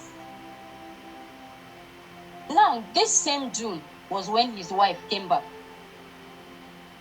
After he sent the 1 million naira, I bought few things I could bought hairs. Now, this money was also for the baby's upkeep, his school fees. So there's no way I will carry all of them and put in the business. Right. So about 1.5 went into the shop. I kept 500,000. We had things we needed in the house, daily upkeep, school fees. I have my younger sister living with me, and she's going to school. Wow. I pay her transport every day. So now, his wife came back that same June. and his wife heard about the whole thing. I don't know who she heard it from. She made her investigation. They gave her my contact, and she called me. Your wife When she called me, yes, she called me and started asking me things that she has already known the truth, but that she wants to hear the truth from me, and she expects me to tell her the truth. What's the name of the wife? Chinyere. Chinyere who? Yes, Chinyere Chibuzor. Okay. She called me and said that she has already known everything, but that she wants me to tell her the truth because she has already prayed to God, and that she has already told herself that she has heard all of us that are pregnant for her husband. We did this, we did that. So any of us that choose to tell her the truth, she will forgive the person. But that anybody will lie to her, anybody that will lie to her or anything, that the person will have God to contend with.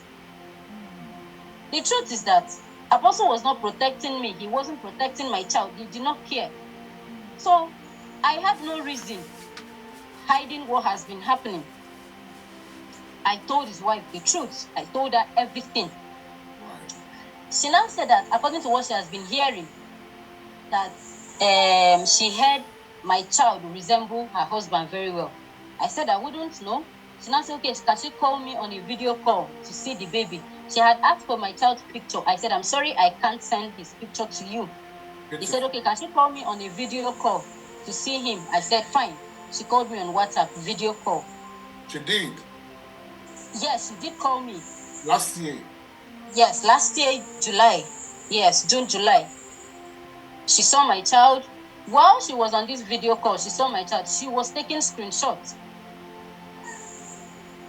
After the call, now, after the call, because she has been asking her husband, and he has been lying that he doesn't have any child with me.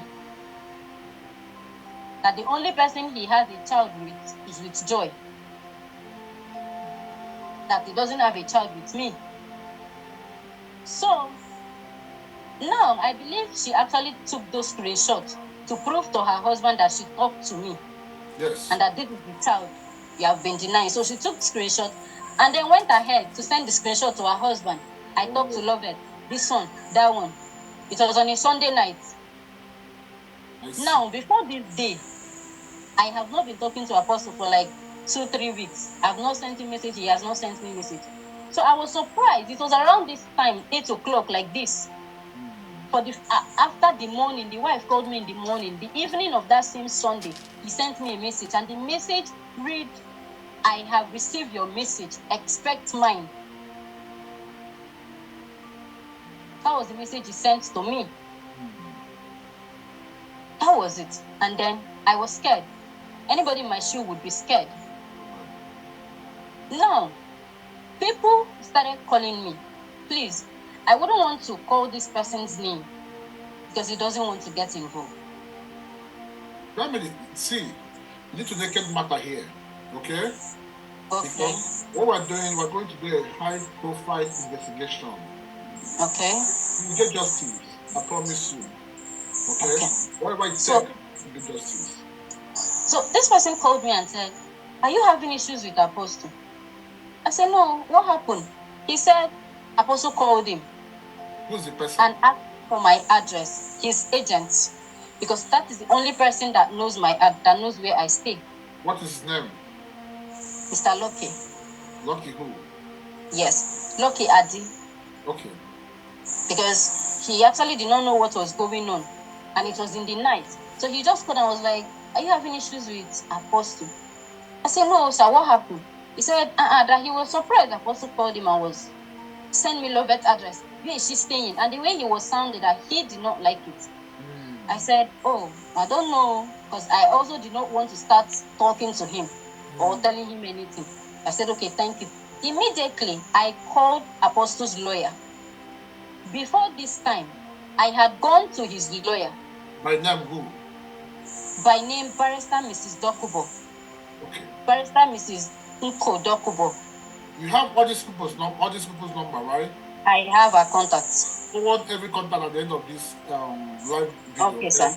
So I contacted her. I said, "Ma, so person just called me and said Apostle is asking him for my address."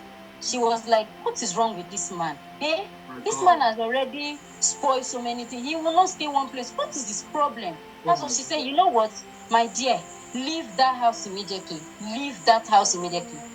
This thing I'm telling you was after 8 to 9. I had to carry my son, carry my child, my sister, and we left the house. May God bless her. We left the house that day. And then she called one of the people that was involved in this matter, because when I reported to her, she went to the church board to report to the church board. The barrister. Yes. Beautiful. She reported to the church board. So they will have been holding meeting and looking for a way to make him go for a DNA test. According to his barrister, he has always refused, that he doesn't want to go for a DNA test. They said no.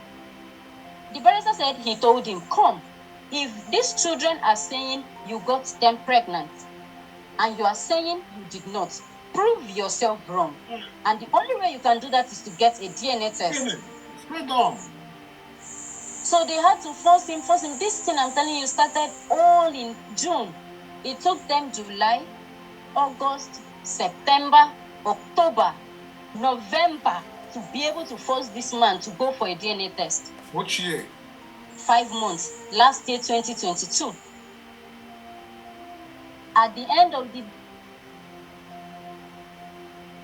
network. Are you there in Ebom? Love it. Network. Network issue from her side. Let's wait for her to reconnect. Okay.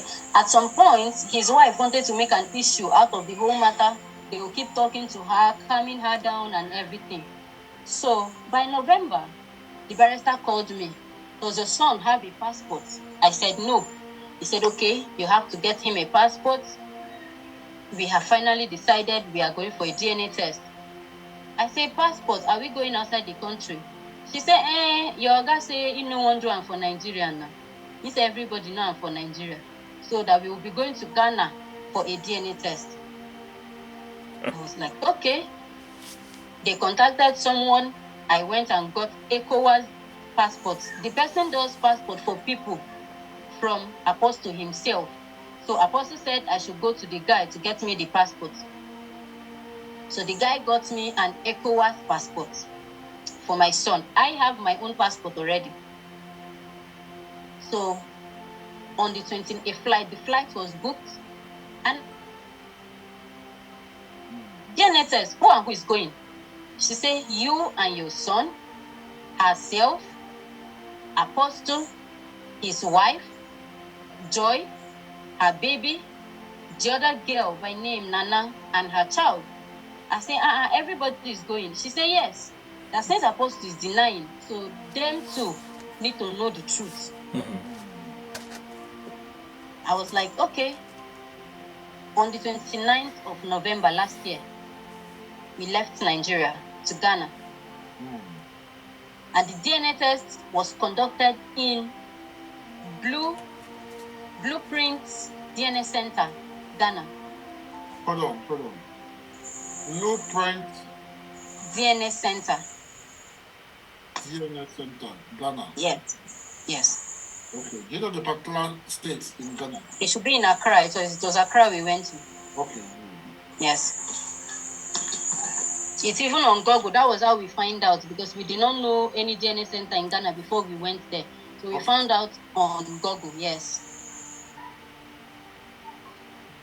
So we got there. The like girl, you say her name is Joy. Yes, Joy Joshua. Okay. And Nana who? I don't know. I think it should be Jessica Nwoko or Nana Nwoko. I've never met her before. I only saw her at the DNA test place. Okay. I didn't even see herself. It was his lawyer that told me about her. Okay. Yes. I've not known about her. It was at the DNA test I got to know about her. So we went there, the DNA test, sample were taken, everything, mine was taken, and we never got to meet each other. We got to Ghana, me and my son went first to get the sample. and went back to our hotel. The next day, they called the other girl, Joy, to come with her child also. Okay. To get their sample and went back. Then the next day, the other girl came with her child. So they never let us meet ourselves. Right. Yes. So when we were finished taking the sample, they said the result will be ready in 2 weeks' time.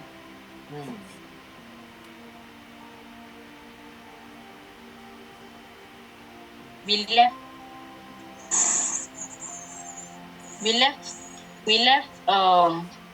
left Ghana on the 3rd of December and came back to Nigeria. So everybody were fingers crossed waiting for the results. Now, with the date they gave us, 14th, 15th of December, the results should be ready. Yes. So on the 16th, I called his lawyer. I greeted her. I said, ma, please, I know the DNA, the result must have been sent to you. Can I ask?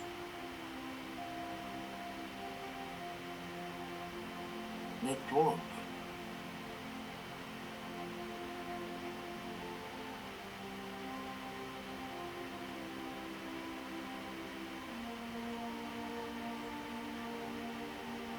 Hello, sir. Yes, I'm here. I can hear you. Network. Come on, see.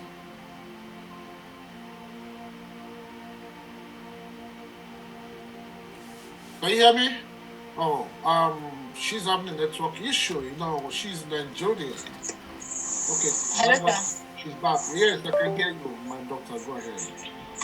Okay. So we came back to Nigeria and I called her. I said, ma, my son's own, what is the result? She said, why are you asking? You're the only person that is calling to ask. Others did not ask. Why are you not the one asking? I said, ma, I'm asking because my child was being rejected. He was denied that he was not his son. Outside that fact, I was a part of that DNA test, and it was my son's test. So I have the right to know the result. Absolutely. She said, you people are just ungrateful. You people are ungrateful. This man has been using church money, spending it on you people. People don't want to calm down. I said, man, waiting concern result I'm asking for. Who was saying this? And who was saying this?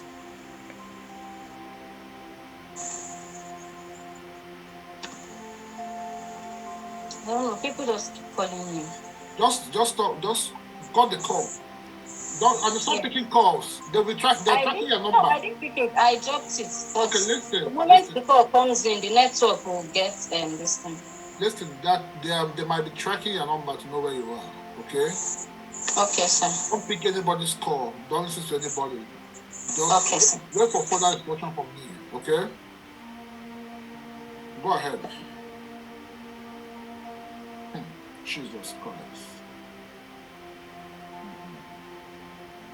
I think she's having a network issue and they're calling her. So let's wait for her.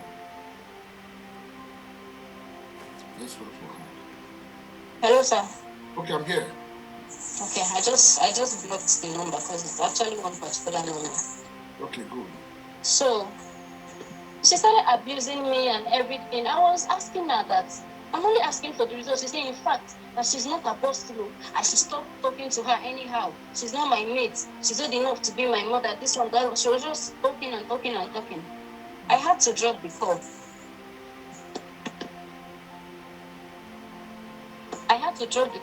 Hello, sir, can you hear me? Very well, very well. Okay, so I dropped the call because I wasn't understanding where the abuse was coming from. And then she never sent me the results. She never said anything about it. She never told me what it was. And this was December 16th, 17th. So after that one, she kept calling. I will call them. So now the result is out. What I will doing about it? She will say they will call for meeting. They will do this. They will call for meeting. When they call for meeting, they will invite all of us that they want to settle this whole matter once and for all. So that once the elders gather, they will call all of us for a meeting and that they will settle the matter, which is what I was waiting for. December, January, February, March. Nothing was done. So I got a lawyer. My lawyer wrote to Apostle, and Apostle called his lawyer. His lawyer now reached out to my own lawyer. Two of them had a meeting. So they now agreed that everybody were going to have a meeting. And this meeting was scheduled to 23rd of March this year. Hello, sir. I'm with you. I'm here. Okay. So the meeting was on the 23rd of March. We went. We got there, they talked and then they now asked me what happened. Just like I explained here, I also explained to them. Okay, meanwhile, I forgot something. Last year, when his wife, everything was just going, after he started threatening me, at some point I left Port Harcourt. I got to my place at Uyo to stay. Your wife threatening you? Yes, he was threatening me. When you said threatening, what happened? As of the time, he was asking for my address. So I couldn't stay in the house anymore. Okay. So I needed to change location and all those things because since the person he asked for my address had told him he did not know where I was staying, okay, he would have got more people to start looking for me. So I left Port Harcourt. Okay. When I left Port Harcourt that last year, I got to my uncle's place in Uyo to stay. Okay. And then my auntie said, we have to go to FIDA. We have to go report to FIDA and let them call him. So his lawyer called me one of those days I was in Uyo, we were talking. I told her, at this point, I am tired. Since the church doesn't want to do anything about it, that I will go to FIDA. She was like, no, it hasn't gotten to that though. I said, I'm just telling you that I will go to FIDA. So I believe she called him to tell him that I wanted to go, I will be going to FIDA. The next day, as early as 6 a.m., he called me. After the night, me and his lawyer talked. And I told her I was going to FIDA. The next morning, he called me and was telling me that it hasn't gotten to that now, that I should calm down. I said, what do you mean by calm down? Number one, you're threatening me. You're not taking your responsibility. You're not taking care of the child. And you expect me to just sit down and watch you. When I talk, you abuse me. So which one is calm down? It's not about calming down. It's about you taking action. And I said, okay, in that case, that you'll be giving the child 100K monthly. Who said that? 100K for Apostle. Apostle who? Yes, Apostle Chibuzor. Okay. That you'll be giving the child 100K monthly. I should go and get a nanny for the baby. A nanny that will be taking care of the baby while I'm going to the shop. I say, the shop you're even talking about. The last time you sent money, I just finished buying things for that shop and you started threatening me. I locked the shop and left. This was already July. That shop rent was paid since April. So imagine how long I have locked that shop because of all these things that you're doing. You say, you don't have to leave now, you can come back. I cannot hurt you. I cannot hurt you. You're with my child. If I kill you now, what will I tell the baby tomorrow? I say, me, I don't trust you. If you can be wicked to your own child, who again can't you do anything to? And I say, no, that he cannot hurt me, that he has told me that he'll be giving the baby 100K monthly. Then I should get a nanny. He'll be paying the nanny 30,000. When we come back,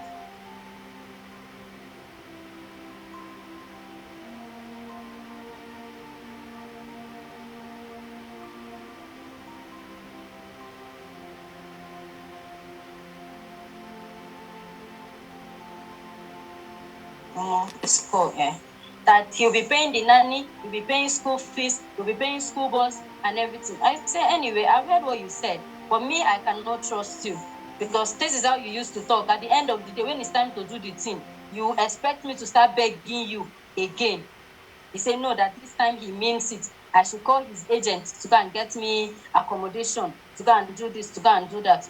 Okay, I said no problem now because me, I really wanted peace. I don't want to be beating around the bush with him. My son was lacking attention from his side. He has never given.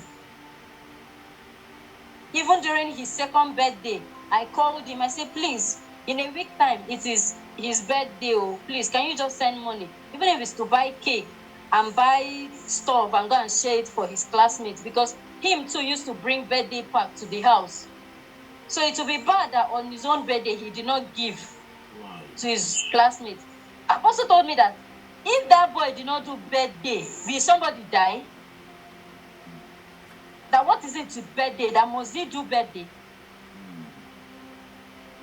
That thing got to me. It got to me. I felt really bad about it. So I stopped disturbing him about the birthday. I forgot about it. This boy is 3 years. He has never for once celebrated his birthday. Hey! He has never. What month was he born? He was born in March. Oh. He has never.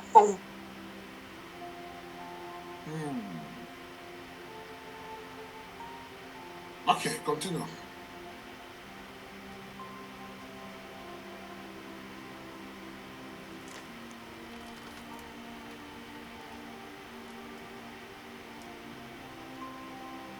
So that was it. I forgot about the birthday. I let him be.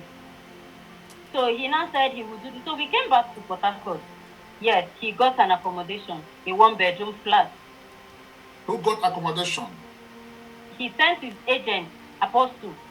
He sent his agent to get me an accommodation. I told the agent because as at that time I did not trust anybody. Because I know money can do anything. I told the agent, sir, please don't worry. Just collect him the money and give me. I'll go and get a house for myself.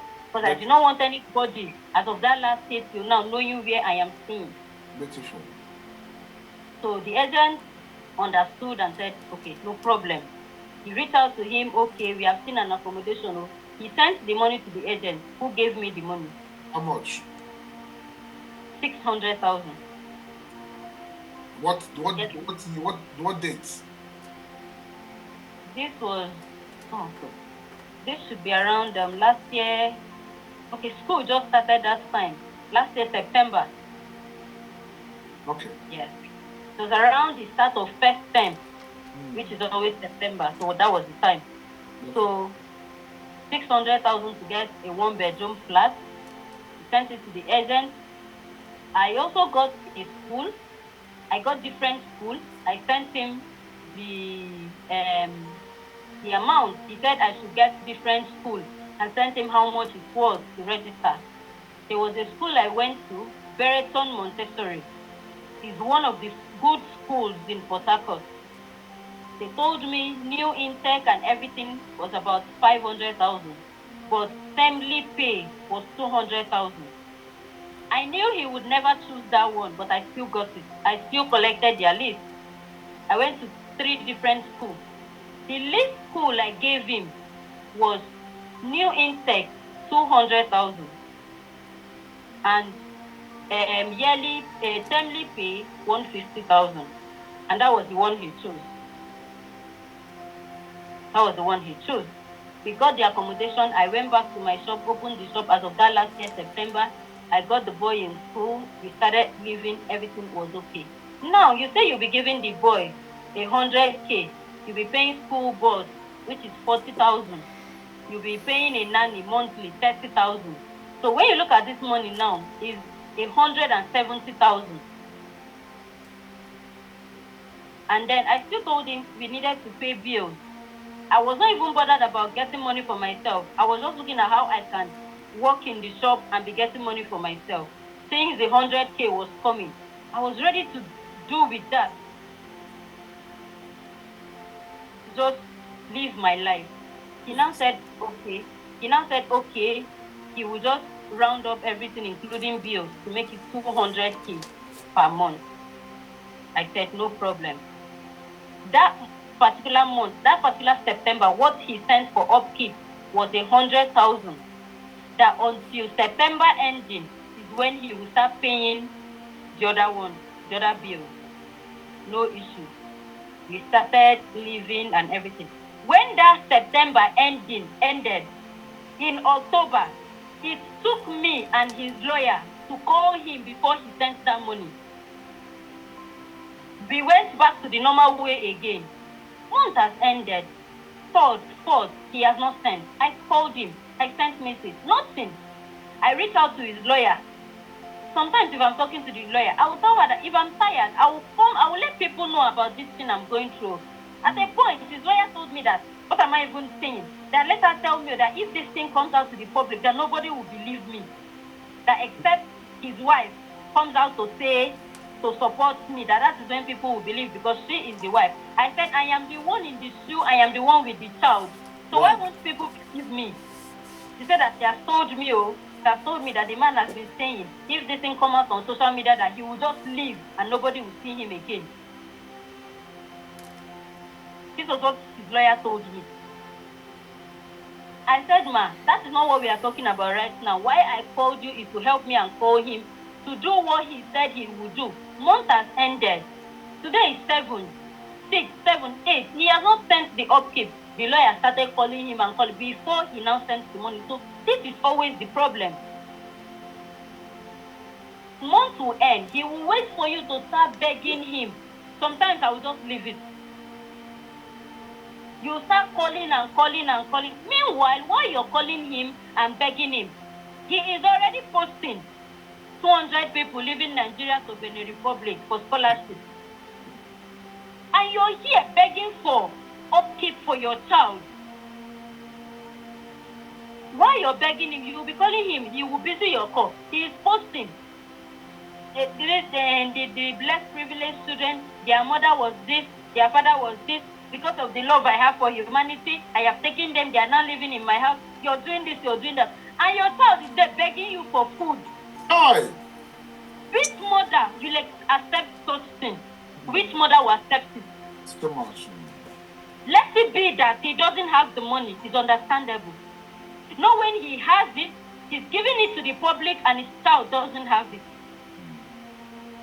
I don't even want to go to him giving the child attention. He has never done it. So I will not mention it because I know no matter what you do, he will not do it. What name did you give this child? Good luck. Good luck who? Chibuzor. That's the name he bears in school. Good luck, Chibuzor. Is he aware? He is aware. Yes. Who asked you to give that? Who asked you to give the name to the child? Good luck, Chibuzor.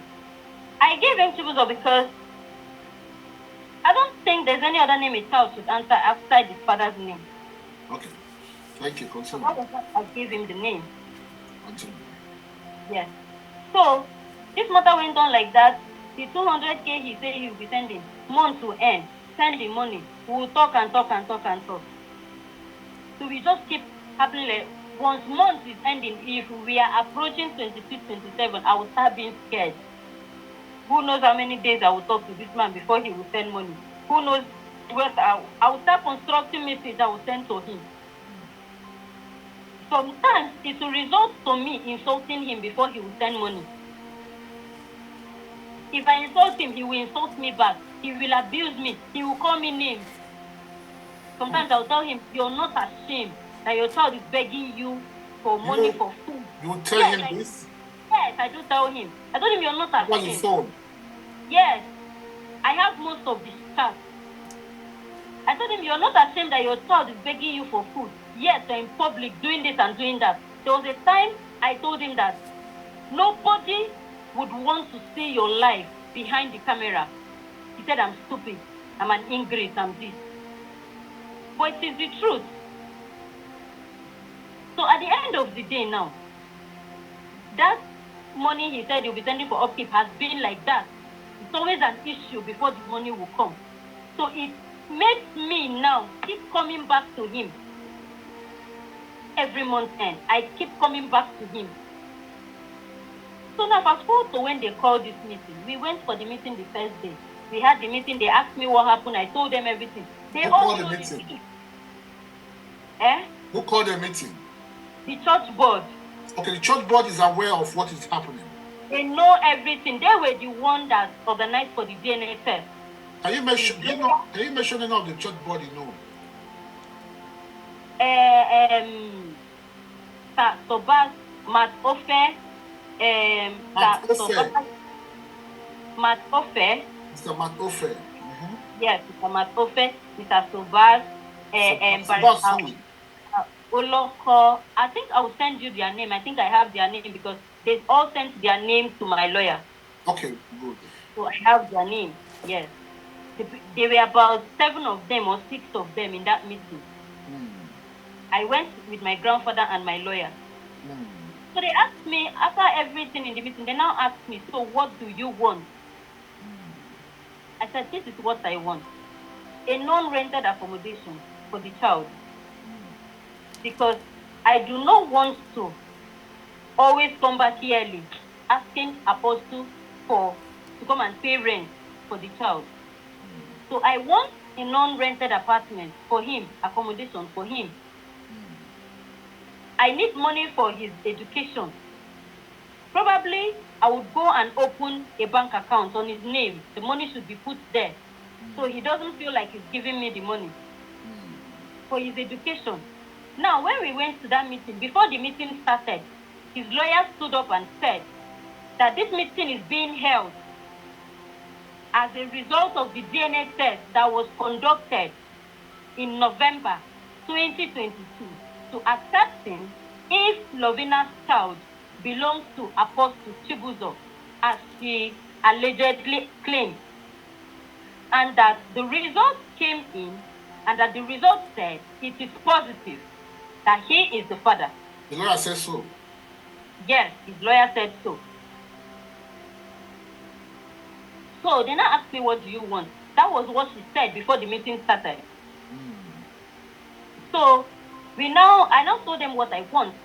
They should put the money in his account for his education and then also put some money for his upkeep. They are all fathers and grandparents, so they know what it takes to raise a child. And that I can also ask for money to start up, to put in my business. Because I locked that shop up for a long time and I've missed a good part of the shop rent. And I need to meet up. And I will need money to add to it. So that if this is done, I will just go my way, live my life, never to come back to Apostle. If my child grows up and wants to look for his father, he's a man, which I will not stop him. They said, okay, they have heard me. They rescheduled the meeting till the next week. How old are you? How old are you? I'm 25 now. You're very smart. You're very, very smart. I love that. So, thank you, sir. So they now said, they rescheduled the meeting that we should come back the next week. We went back the next week. They now said, they were now talking, and they now said, so that they heard my request as of the last time. So that they cannot start looking for a house to buy right now for the boy, or start doing this or start doing that, or going to open a bank account. That right now they want to sum up everything and give me in cash, including the house, the upkeep, the business, the education, and everything. I said, okay, it was still okay. Sir, to my greatest shock, I was told they would give me 5 million naira to go away with the child and never to come back to Apostle. This 5 million naira should cover his accommodation, his education, his upkeep, including the business. Out of the shock, I was like, is this a joke? Because me, I was shocked. Because I wanted to know if they were joking or they were pulling my leg. But when I asked that person, I got to find out they were serious. One of them even said, that what do I mean by, is this a joke? That how much is rent? I can get a 1 room or a self-contained, 200,000 and pay for 5 years, which is 1 million naira. Deposit 1 million naira in account for the boy's education. Use the remaining one and start a business. From the profit of the business, I will pay the boys' school fees and be making money from it. I was like, so you people expect me to take 5 million naira and go and be living with this boy, and I'll be watching his father doing charity more than that for people. He will even be building houses for people, but he cannot give his child a house. I told them I will not take it. I am not taking it. If they wanted the matter to go to court, the matter should go to court. I won't take the money. One of them, by name Mr. Matofe, now said, You people are dealing with someone's life. This is a child's life. Exactly. God My bless you. dear. Yes, that was his comment. He said, this is a child's life. You know what? I'm going to add 5 million naira from my pocket to you to make it 10 million naira. They fled up against him. They were angry. And what does he mean by that? What is he trying to say? What is he trying to prove? So are they now wicked? They fled up against him. This man was angry to the point that tears came out of his eyes. Was Apostle there? Yes. Apostle was not there. He never attended the meeting. So I told them I won't take the money. So when the man now said he was going to add money to make it 10 million naira, my sole aim was to walk away because the mess was too much. It was taking a good part of my life and I wanted to walk away. I wanted to walk away because my child was already 3 years as of that March. He's getting smart, he's learning new things, so I don't want him growing into this whole environment. So I needed to walk away. When he said 10 million naira, I said, okay, sir. 10 million, I will take it because I was thinking with 10 million naira, if I take it, I can probably get maybe a working visa, get my son and myself maybe to Canada or to UK and start a whole life afresh. So I accepted the 10 million naira. They now said it has not finished. Since I have accepted the 10 million naira, I have to sign a document. I said I would sign. They asked my lawyer to go and draft a document. The meeting was over. My lawyer went and drafted a document that briefed what all this whole story I have been saying. My lawyer just briefed it, I think about 3 pages, putting his full name and my full name, and that they have confirmed that he is the biological father of the child. And they were giving me 10 million naira to go away with the child. But it does not affect the child's relationship with his father in the future. And this agreement was sent to them, and they rejected it. They said it was too outright, that they will amend it. They now went and drafted their own agreement, changing his name from Chibuzor Chinyere to Chibuzor Nwankwo. Me, I don't know who is Chibuzor Nwankwo. I do not have anything to do with Chibuzor Nwankwo. Yes. They changed his name to Chibuzor Nwankwo, and the narrative they put up in their agreement, they made it look like Chibuzor Nwankwo was a church member. And that I left my marriage to go and have an affair with Chibuzor Nwankwo, which resulted to a child. So when the church had and offered me financial assistance of 10 million naira to go away with my child, honestly, I still did not mind with the narrative they came up with. So I signed the document. I told them all I wanted was to walk away because personally I was tired. I wanted to walk away because I know that whatever he continued doing and was doing, one day it will still come out. I signed the document. And then I requested for one thing. I said, this document I am signing, I need a copy of it. They said, for what? What do you need it for? You don't need it. I said, no, I need it. They said they will never give it to me. I said, fine. If you people will not give me a copy of a document that is even speaking against me, even after I signed it just to walk away, if you people will not give me a copy, I will not take the money. You people can keep the money. And I did not take that money. And that was the end of that issue. When I came back, I thought of ways to do. I thought of what to do. I told my lawyer we need to go to court. Take the matter to court. My lawyer said I should pay. My lawyer drafted an agreement to send to court. But he said I should pay 100,000 for filing fee. I said, sir, I don't get 100,000 to pay. He kind of made it mandatory. I have to pay before we go to court. So I left him aside. That was when I had to contact Dr. Charles. I sent him a DM on Facebook explaining my plight. So he reached out. I was like, send me evidence, which I did. He asked for my contact and called me. I told him everything. He said, I will get back to you in the morning. He reached out to Apostle, and Apostle accepted to everything Mr. Charles said. How do you know Apostle accepted? Because this is what Mr. Charles said. Okay. After Charles Apostle, who? before this whole meeting, Apostle had blocked Dr. me Charles. on WhatsApp. Dr. Charles who? Dr. Charles Anwuze. Okay. So before this whole meeting of 18, after the DNA test, Apostle had blocked me on WhatsApp. So when I found out he blocked me, what was I doing with his contact? I also blocked him. So when Mr. Charles reached out and said he has reached out to Apostle and that he is surprised that he is even accepting it, that he accepted the child is his own, this one and everything, but that he wants Apostle to call me because he wants to come in, that he wants to create peace where the child can have both parents because the child is innocent. I said, thank you, sir. This is what I've always wanted. I've always wanted my child to have his father.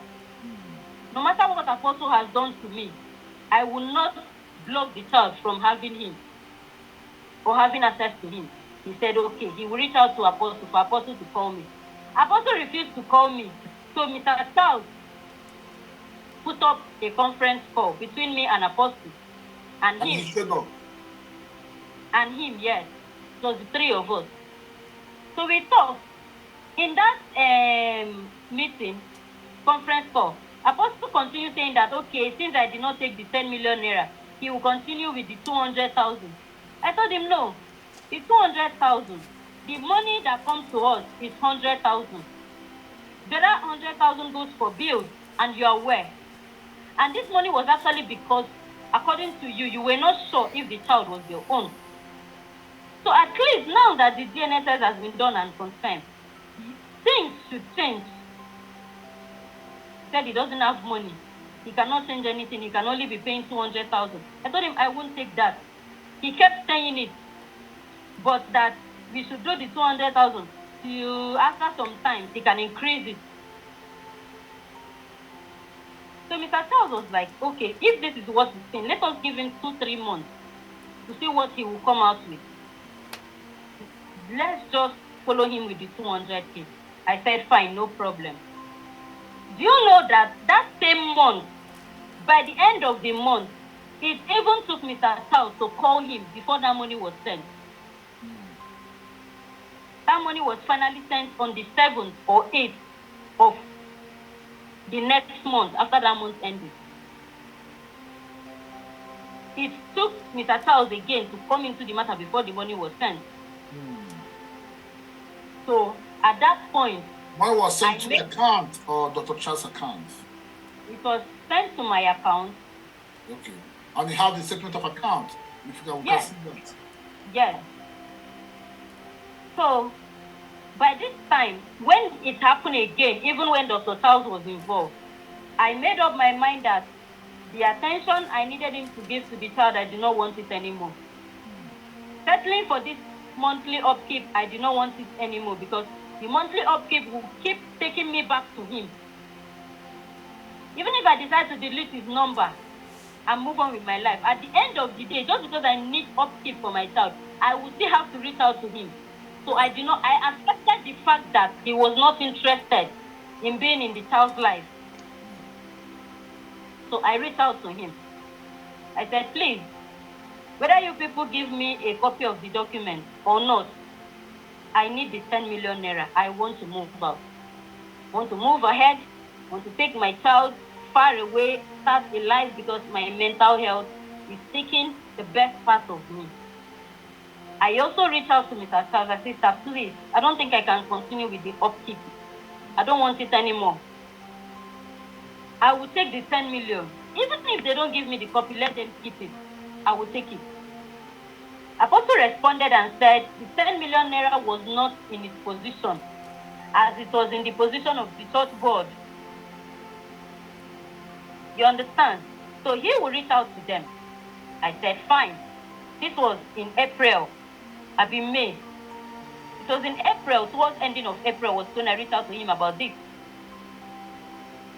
Do you know that? I now told him, okay, while you're talking to these people to bring the 10 million naira, I want to go and get a passport for my son because he doesn't have international passport. What he has is ECOWAS. So I needed an international passport. He said I should reach out to the same promise, the one who did the ECOWAS. I reached out to the guy. Now this guy doesn't know anything. This guy now said, so okay, which name? Send me your son's details. I went back to our boss. I said, Promise is asking me for a name to use. What name am I using? He said, okay, that means you have to go and do it by yourself and you use my name. I said, okay, fine. If I have to use my name, I am not married to you. So I am going there as a single mother. So if I am using your name for your passport, I will need your documents. He said it's not possible. He cannot give me his documents. In that case, let me go and use my name for the boy. I said, how do you expect me to use my name for a child that the father is alive? He said, anyway, there's nothing he can do about it. He cannot reach the destiny of millions of children because of me, because of one child, that I should go and use my name. After a lot of arguments, that was not the goal. My goal was to leave. My goal was to leave. I went and I used my name to do a passport for my son. When the passport was ready, I came back. I told Apostle, his passport is ready. Please, the money.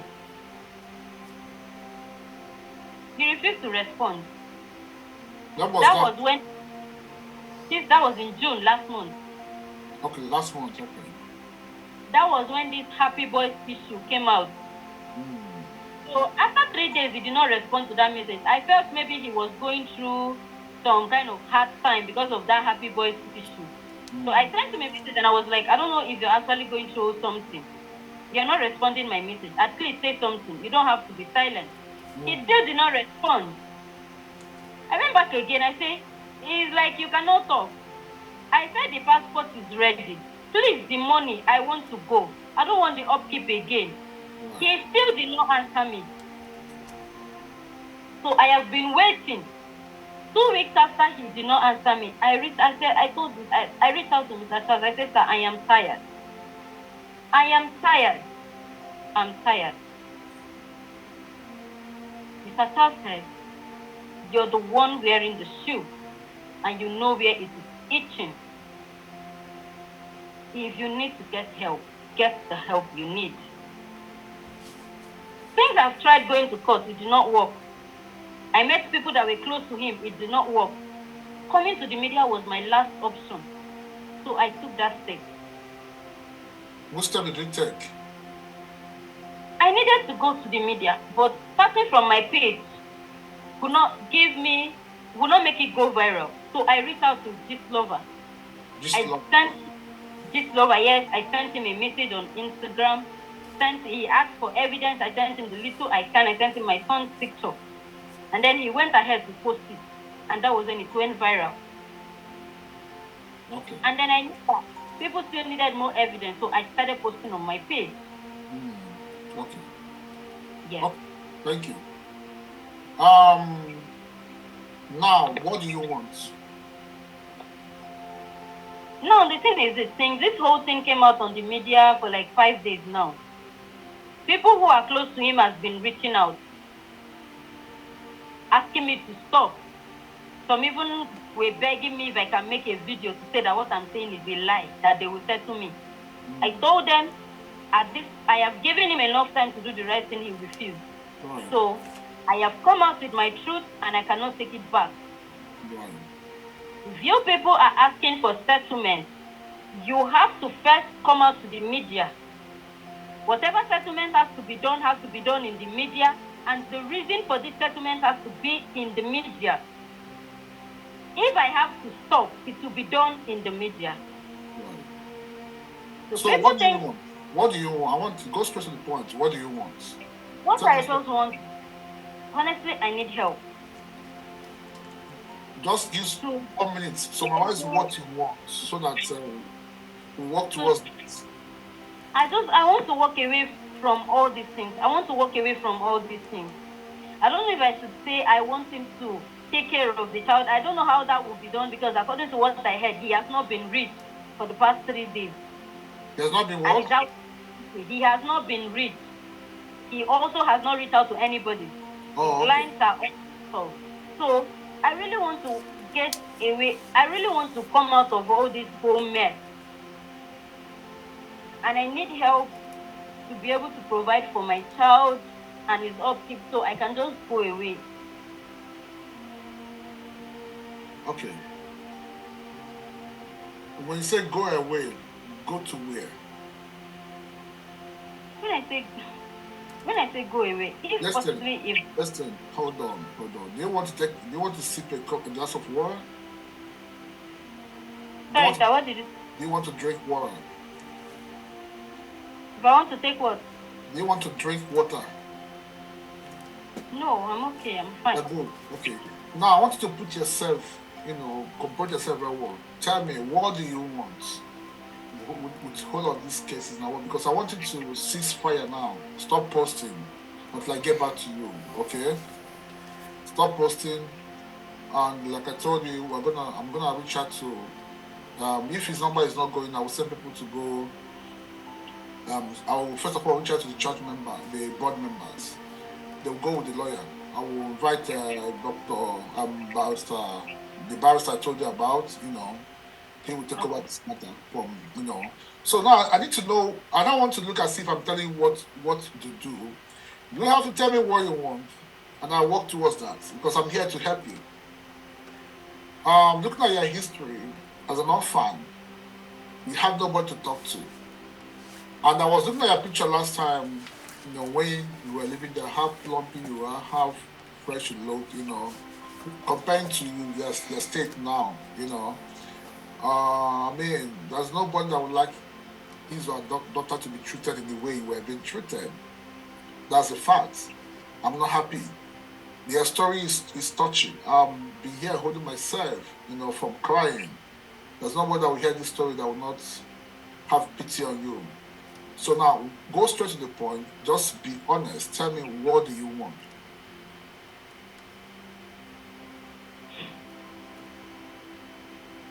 I would, honestly speaking, if I can get help, I would love to leave the country with the child. Okay. Yes. Okay. If it's what you want, consider it done. Okay. I'd like to speak with your grandfather. They say your grandfather, right? So Yes, sir. someone have to give go ahead on that to help you with that, and I'm gonna do it for you. Okay. If that's what you want. And we'll make sure that the child is being taken care of properly. That's the most important thing. And to make sure you come back to yourself. Okay? Yes. So cease fire, stop posting. Give me this is today is Sunday, right? Yes. So give me from now to the end of this week. You will hear from me. Okay? Okay, sir. Is that okay by you? Okay, sir, it's okay. Thank you very much. Send me all the evidences you just mentioned here. Okay, sir. All the evidences, the names of the people, their phone numbers. Try and get your. Do you have an app? What bank do you use? I use Access Bank. Okay, do you have an app you can use to print your statement of accounts? If you don't have, you can go to the bank. Go to the bank, get it from me, get me the statement of account. I'm gonna send you money. You send me your account number, I'll send you money so I can go to bank tomorrow. Ask them that they should give you statement of account from 2020 to 2023. Okay? Okay, sir. It's gonna cost them money. Give them their email. They should send it to your email so you'll be able to forward it to me. Okay? Okay. Yes, Hold on. I want that to be done tomorrow. Then hold on, let me check something.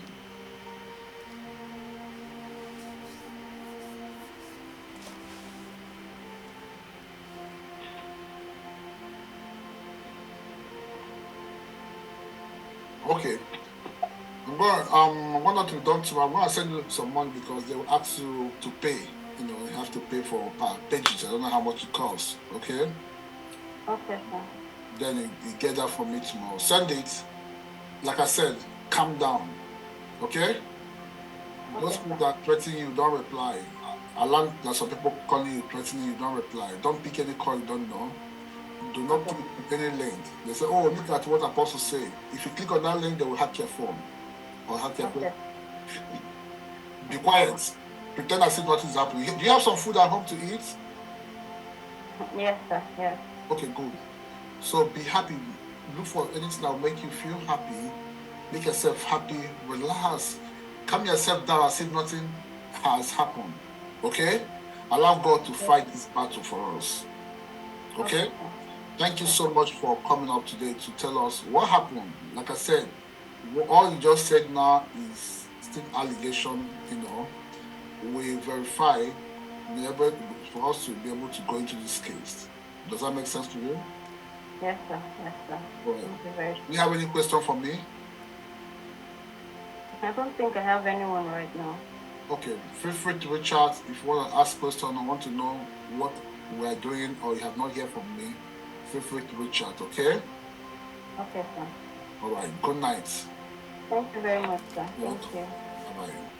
Well, if I should say something literally, I would say a wounded fighter.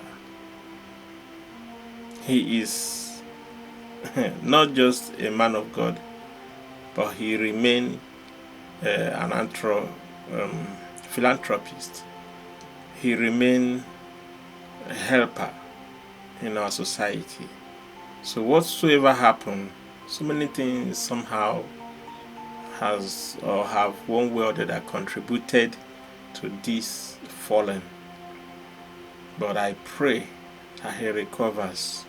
I pray that all of them learn their lesson. Though it's still alleged, all this could you can't vouch for anyone. But it sounds too real. Whether it's real or lie, we all have to learn. We all have to learn from each other's mistakes. I don't know what to say, but pray that you don't fall into danger or temptations stronger than you. That is my prayer for you, for myself, and for everyone. And may they come out peacefully. And if the DNA test, they know themselves. If you know you have been sleeping with someone that isn't your wife, and here comes pregnancy, the best you could do is to take responsibility. It has happened. You cannot dash it out.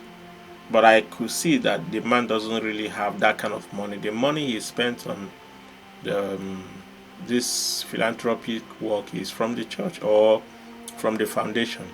So from his own, he is not a wayward spender. He doesn't want to spend anyhow. So I just still pray that this woman, she has to understand that there are people who don't really spend money, even though that they are chasing cloud or doing things that look like they're Mr. Spender. Don't take my own word for anything anyway. You can see I stayed till the end of this video just to hear it myself.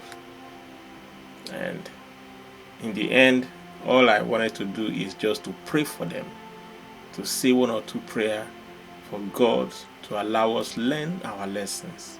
And whatsoever that have happened, may they learn from it. May God heal their wounds. May God restore even the church. May God never allow other people to suffer as a result of this, because there are people that they are actually helping. May that link of help never block. That means that is bringing help to other people. That is my prayer. Remain blessed. Bye.